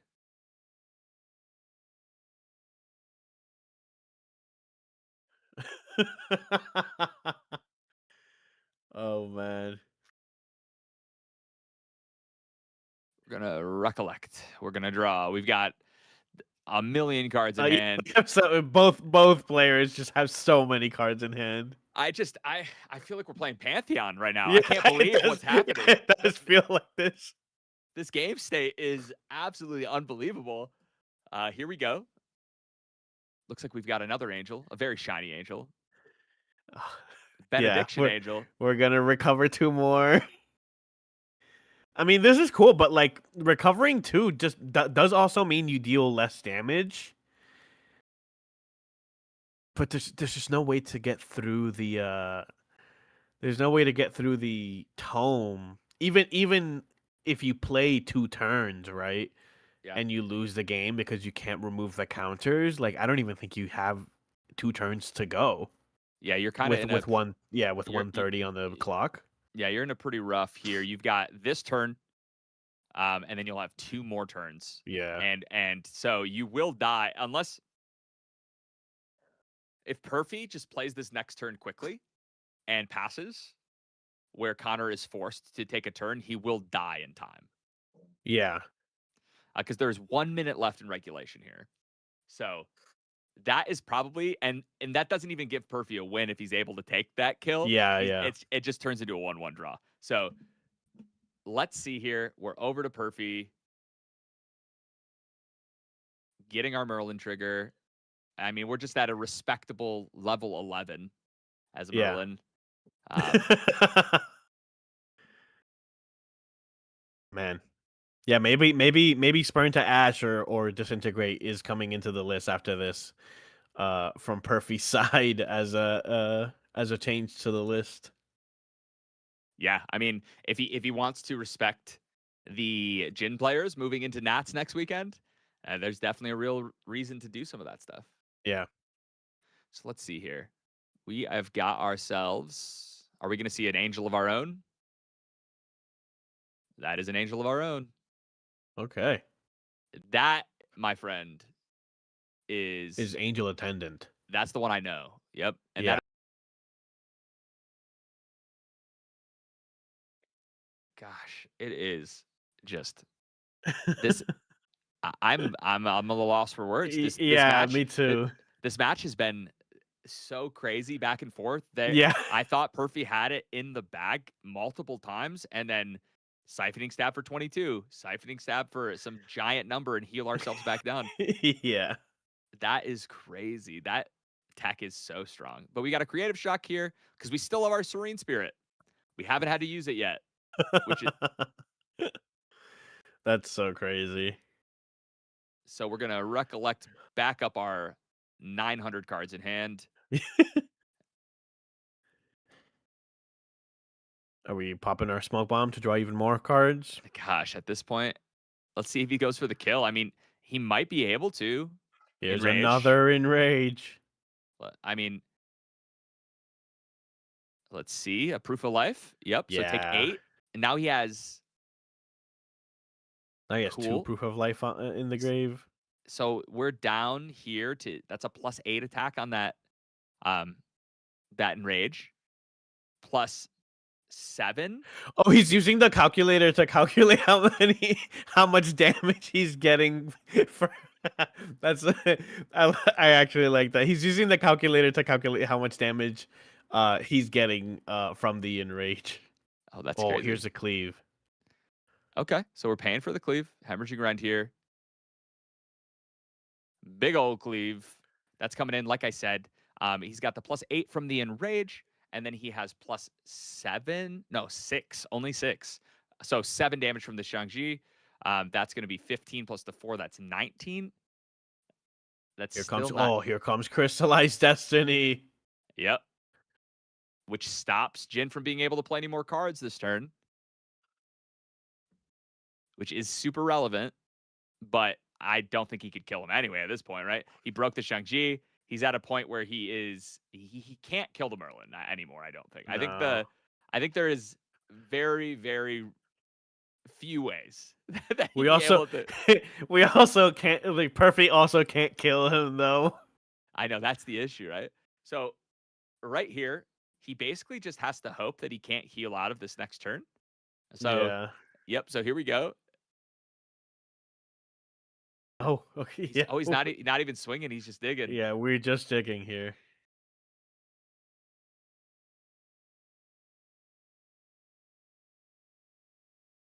What could we possibly have? Okay, another Sabella.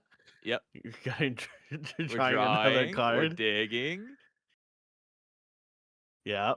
Man, yeah. Oh, Here we go. okay. Yep. Yep. Ghost. We continue to go. Why not? We might as well.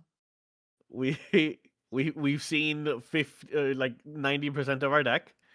And we got a Taughter. Let's go. A 1 Stalwart Shield Mate. That's a 1 of, everyone. That's a 1 of. Oh my goodness. And he didn't even swing. Yeah. It's because he's got he has an... Is that an angel on the board right now? I think so. Maybe he just doesn't want to let him draw more cards. At this point, he might mill himself out, man. Yeah.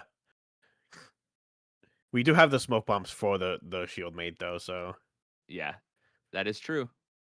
But we need an attack card, right? We need an attack card, or else we can't attack. We don't have any more yeah, no, we just don't. So... Exactly. I mean, I don't know if you saw how much Sly Fox just struggled to pick up that brick of cards from his memory. Yeah.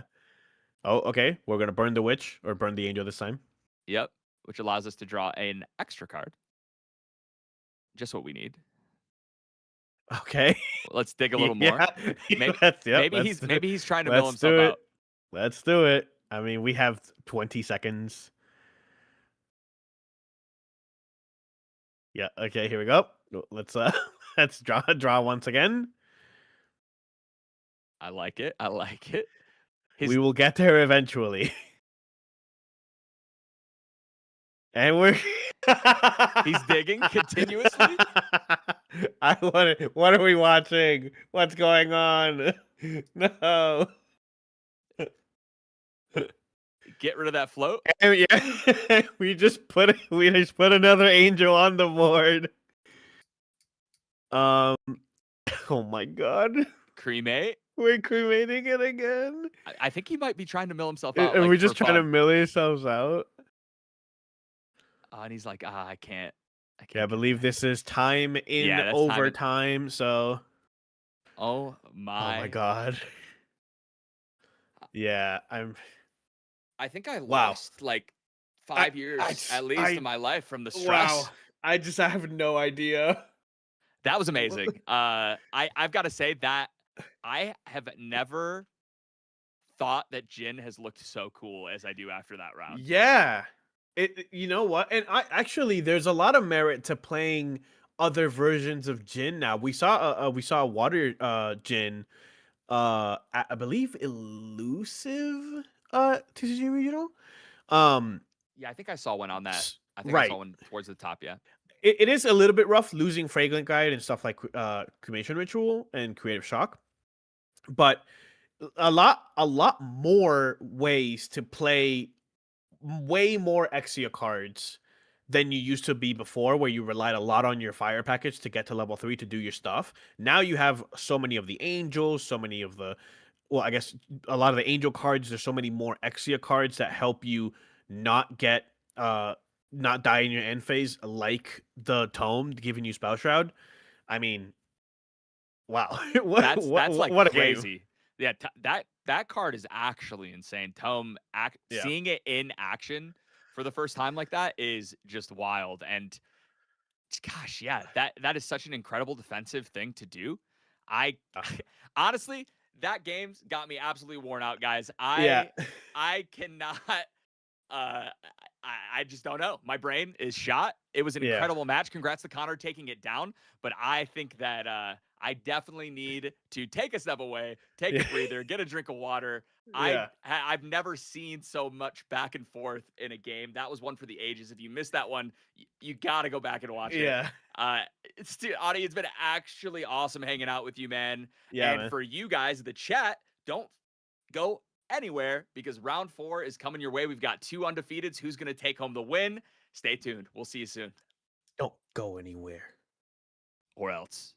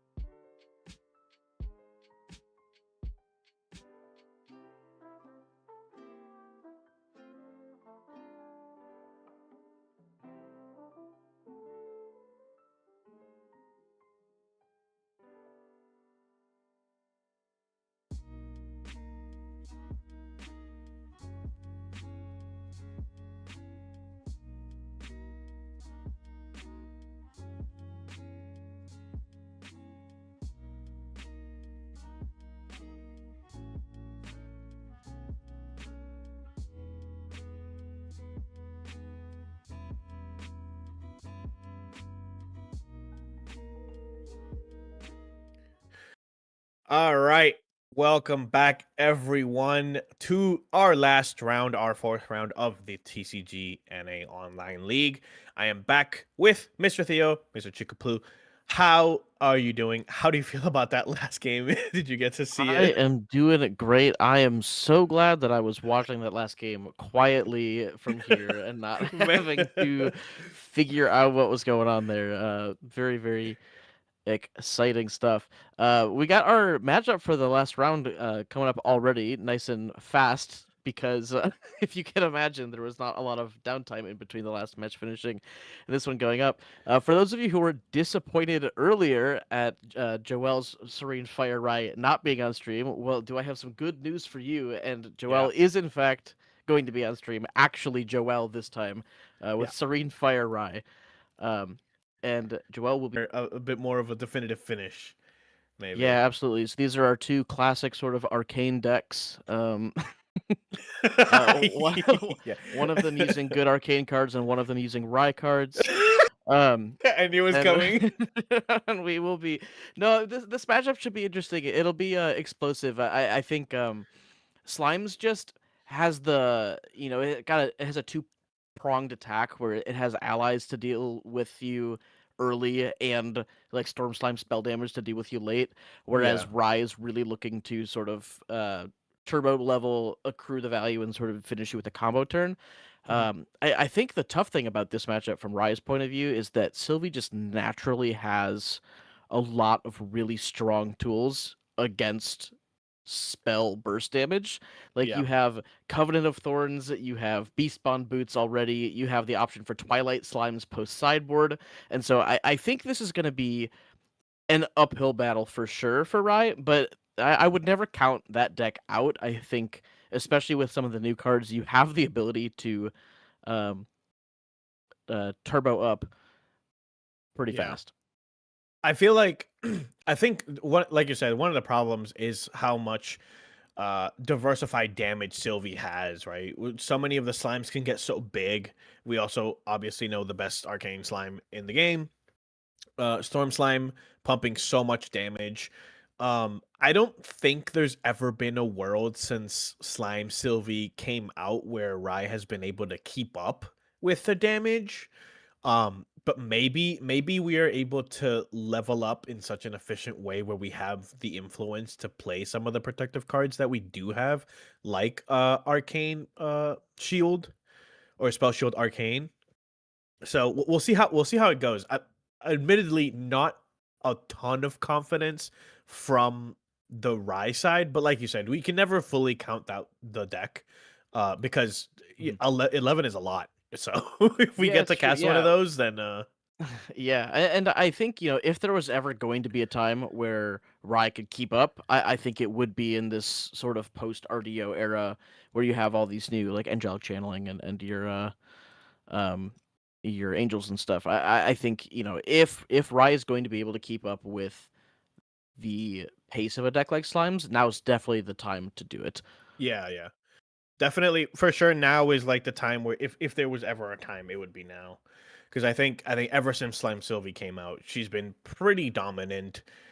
We've had her fall off a little bit, but never enough fall off to where she's fallen off more than like Rye has been since, well, really long time now. So Yeah, I think Rye had his best successes at the worlds where Slime's world premiered. yeah, Uh, exactly. and so he really has not been, outside of a couple of very strong Rye warriors, has not been Yeah, a very standout deck in the past couple of years or so. definitely. I mean, man, I'm still getting over last game. Um, it was just such a slugfest. Grindfest. I think it does really go to show the tools that Jin has. I know you guys mentioned it. He kept throwing out just like these the Exia Regalia that are just like cards that do everything, and yeah, and yeah, he can hit you for a bunch, he can heal for a bunch, he can draw a bunch. It's sort of just the only thing he doesn't do terribly well is interact with the opponent, but yeah. you No, I can mean certainly pick build that's for why we that. see incapacitate in the deck, even though we don't get the discount, right? That's like the only sort of answer we really have. Mhm. Uh, in Jin, and you draw so many cards that you're like, yeah, I'll pay for it. It's Yeah. fine. I'll pay for to get through this. So Yeah, for sure. Yeah, it's one of those things where, most non-assassin decks don't want to play a card like that just because it's way Yeah, too for sure. expensive. But Yep. yeah, Jin, as we saw, has the ability to rack up quite the influence. I think the only like really scary thing when you're doing that, especially against another level 3 deck, is you can't just gain influence forever because eventually someone's going to start Regal Inquisitioning you. And if you Yeah. have 30 cards in your hand, you're Yeah, you're yeah, you're pitching all of them, dude. yeah. They're gone. Yep. That's I mean, and we saw Perfy sort of digging for the last Regal Inquisition at the very end of the game there, right? Cuz I mean, Jin had already drawn so many cards that like one Regal Inquisition was like you're dead, GG's. But wasn't able to get there in the end.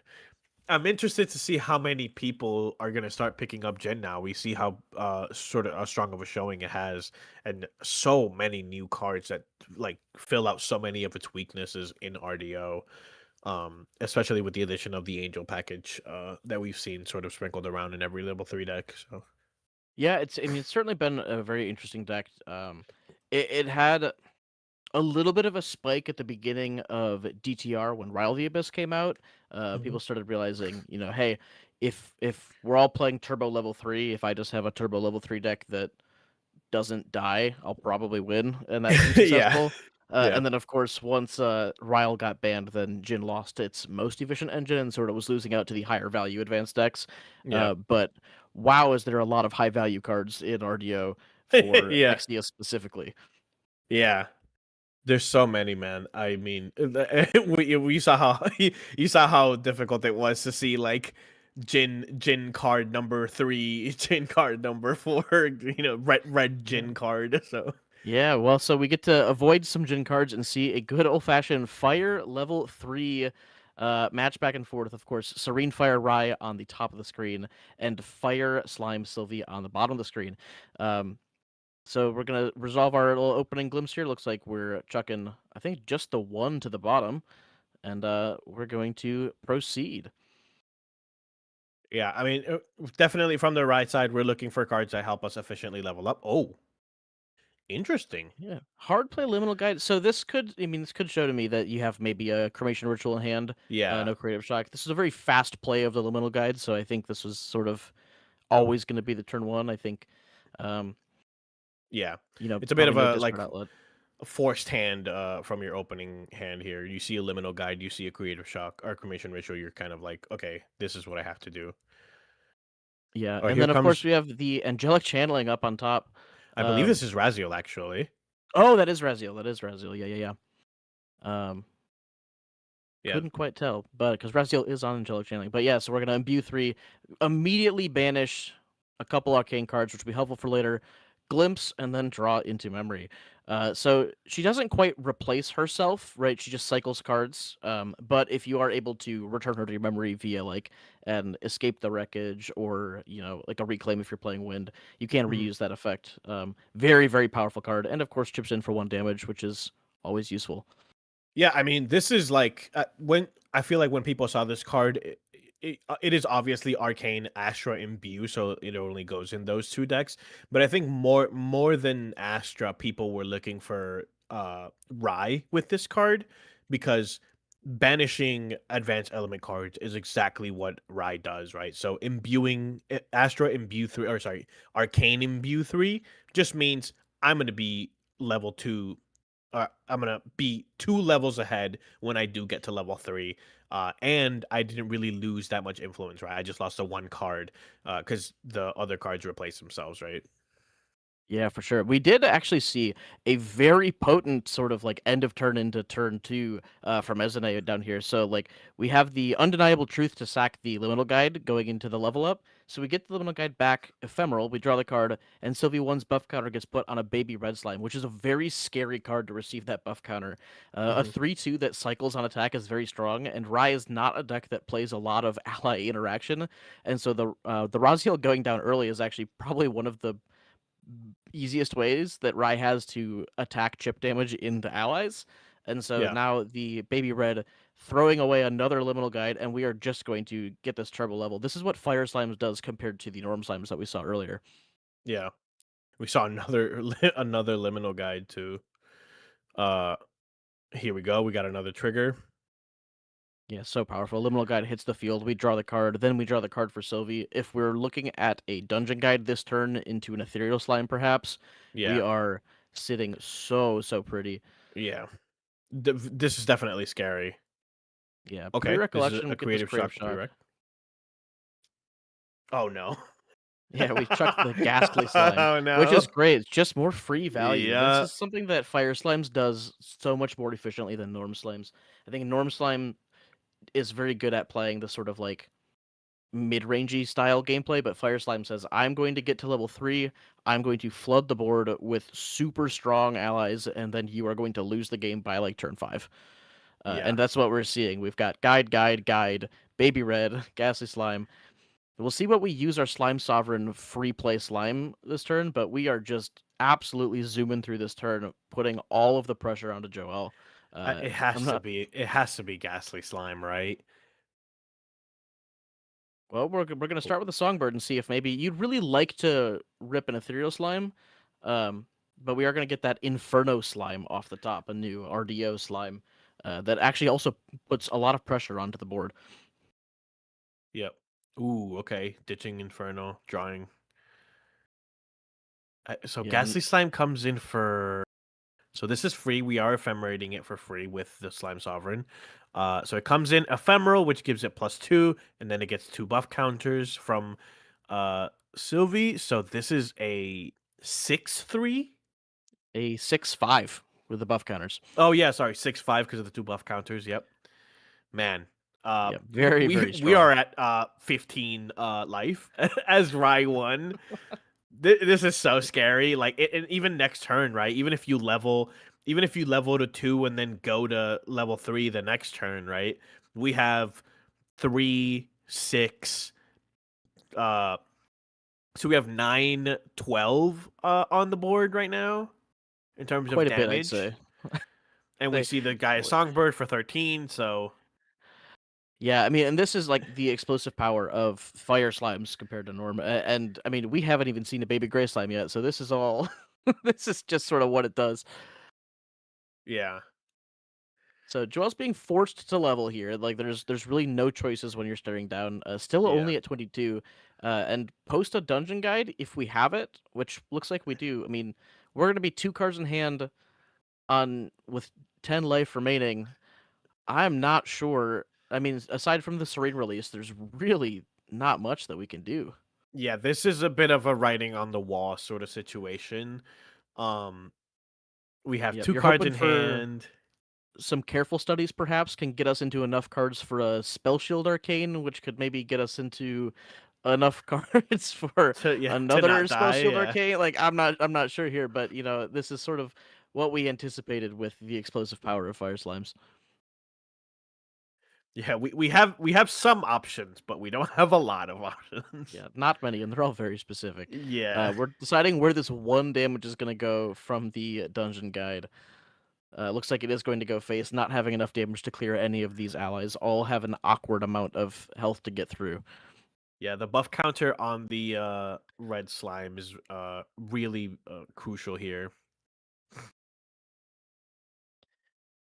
Yeah, and I mean, if you're Sylvie here, I mean, you can get whatever you want. Yeah. Looks like we're going for the Stone Scale Band, which may allow us to cycle into I Okay. mean, like another Storm Slime or anything. But I mean, we're sitting pretty. You really don't have to push too hard as Sylvie. I think you sort of just play with what you have and see what your opponent's gonna respond with before you push your turn too Yeah. far. I don't think we have any response. Like we didn't use a careful study, which means we don't have enough uh enlightenment counters to draw cards. Yeah, I think the only thing to be super worried about is like an arcane sight to get the 3rd counter to draw the card to draw another Yeah. card into a Spell Shield Arcane. But I think that's about it. And we force the Serene release, and then we're just going to push all of our damage. And this is before playing a single card, right? Yeah. Mm-hmm. Yeah. We Baby didn't Red have discarding a a fire card, so gonna get in for the full damage. And we're looking for 2 more to finish this game. And yeah, I there's mean, that's the guy. Yep. There it is. We maybe could have been saved by something like a resolute stand. Um, but yeah, too much damage. That was a sort of almost a perfect game from Slime Sylvie, right? We saw Absolutely. everything we wanted to guide, like you said, guide, liminal dungeon guide into creative shock, discard Ghastly, come back as a 6/5. Um, not enough damage to clear any of the allies, right? Super smart to clear the Raziel at the beginning of the game because Raziel plus Dungeon Guide would have cleared at least one of the allies. Mhm. So very well played here from Sylvie. Yeah. So looking at sideboard, and the unfortunate thing for Rai is that post sideboard, your matchup gets even harder into the slime stack. Because SNA, she can add in. So her options are Nullifying Lantern, which is probably not coming in here. But then we have 2 Blanche, 2 Crystallized Destiny, an Expel the Departed, Twilight Slime, Hymn of Gaia's Grace, and Verdant Slime. So Yeah, I think immediately I'm looking at the Blanche, I'm looking at the Crystallized Destiny, and I'm looking at Twilight Slime, all as very, very strong contenders yeah, being put into the deck here. yep. Those are exactly the ones that I saw. I mean, every single one of those cards just say take way less damage from Rye, right? So all of these cards are super super good to bring in. Twilight Slime just gives everything Spell Shroud, so like Yeah. it just forces you to have to kill it, and you're not gonna kill it with attack damage. You're Rye, which means it's more than likely gonna take a decent amount of damage to kill with a spell because Rai has really Mhm. big spells. So Yeah, you're looking at it like specifically a Voltaic Sphere right, or like yeah, a Creative Shock discard fire angle, which is just yeah, like it's not great. From Joel's side, the options are so we also have 3 Blanche, as well as 3 Resolute Stand, Safeguard Amulet, Ignite the Soul, Reversal's Polarity, and a Lava Storm. So I think Blanche similarly good here against the Storm Slime attacks, although or the Storm Slime on enter, not the attacks. yeah, Uh, although that's not even what we died to last game. I think we just died yeah, to like pure ally swarm. Resolute Stand I think is a great bring in here. Safeguard Amulet of course is a good safe option. Uh, Honestly, Ignite the Soul is pretty decent at dealing with like these 1/1s that hit the board early on in the game, so I could see yeah. that. And then Lava Storm as like a panic button. There's too much stuff. I think those are all fine brings, honestly. Yeah, I mean, lava storm. One well-timed lava storm could be like detrimental towards Sylvie, but we do get to activate like Gaia's Grace out of that. No, Hmm. sorry, Gaia's Blessing. Guy's blessing. Yeah, If we do that right to pump our slime count even more, so a bit of a, you definitely take it, but you're not like we are getting a little bit some value from all our slimes dying as well. Um, for sure. so yeah, I think overall the sideboard for Sylvie kind of negates a lot of the stuff that the sideboard for Rye does, where like we like even if you could get through all of our like damage that we have, you're probably not gonna kill us because we have so many defensive options as well. Hmm. But we're gonna go ahead and get game 2 started. So I imagine that Rye chooses to go first here in game 2. Yeah. Um, we're gonna see. We're gonna resolve our opening glyphs and see if we can craft maybe a little bit of a stronger opening hand this time. I think that looks like 3 to the bottom. Um, so Yeah. decent. Looking for angelic channeling, looking for Raziel, looking for creative shock with a float.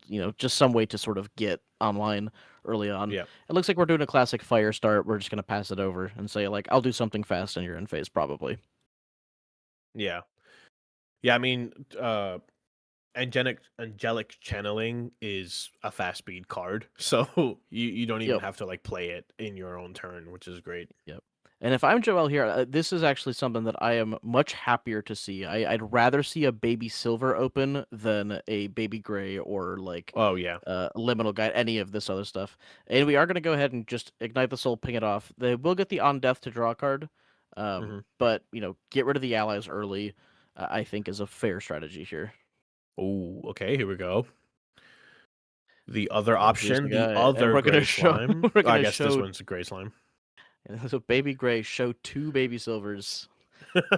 chip in, and then wow, Yeah, okay, here we this go. is just sort of classic fire slimes, and it's just so explosive compared to the other versions of the deck. Where I think Yeah, like so much of this pressure is, gosh, it's just so hard to deal with. And plus, I mean, we have to keep in mind this is already two slimes engraved, two animals engraved for the eventual Gaia's Blessing, which will come out. So, yeah, again, another very, very powerful early turn from Izanade.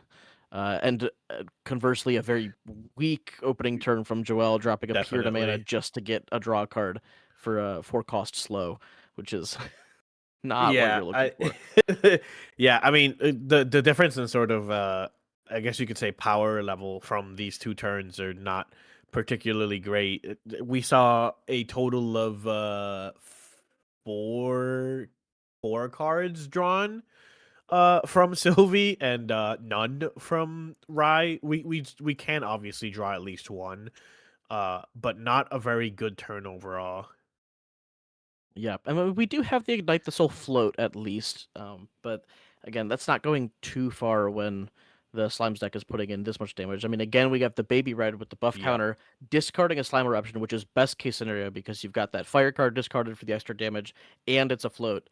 And then Ooh. Inferno Slime is going to hit the field as well, which is something that can threaten a lot of damage very fast. Yeah, I believe this one has probably two. Yeah.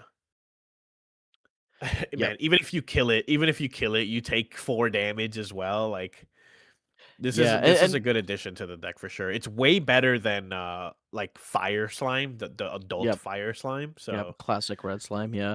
yeah. And you know what this does set up to this board is showing one beast and one animal. So if we're leveling up, we're getting another draw too.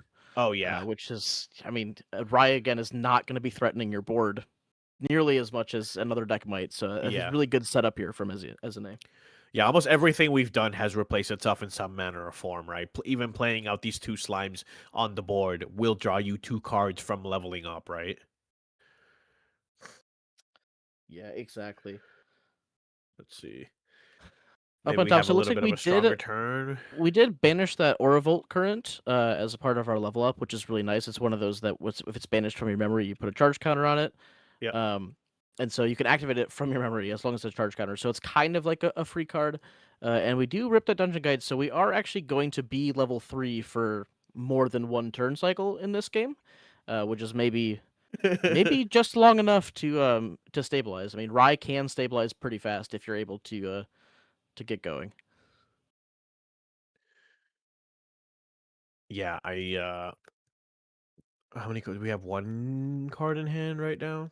Yeah, just Maybe hold it's a one for resolute now. stand, so maybe we can stave off what it seems to be a very aggressive turn coming from slimes, leveling up to 2, drawing 2 cards, leveling up to 3. Maybe we see a storm slime, or maybe even just a 5/5 ethereal slime that will punch you in the face every turn for 5. Yeah, for sure. And one unfortunate thing from Joel's side is that we are much lower on the banished arcane count compared to last game because we didn't open with a Raziel and we didn't have a channeling either. So it looks like we're sitting on only the 3 arcane cards there. So only level 6 is not super helpful for having like careful studies and other cycle cards like that.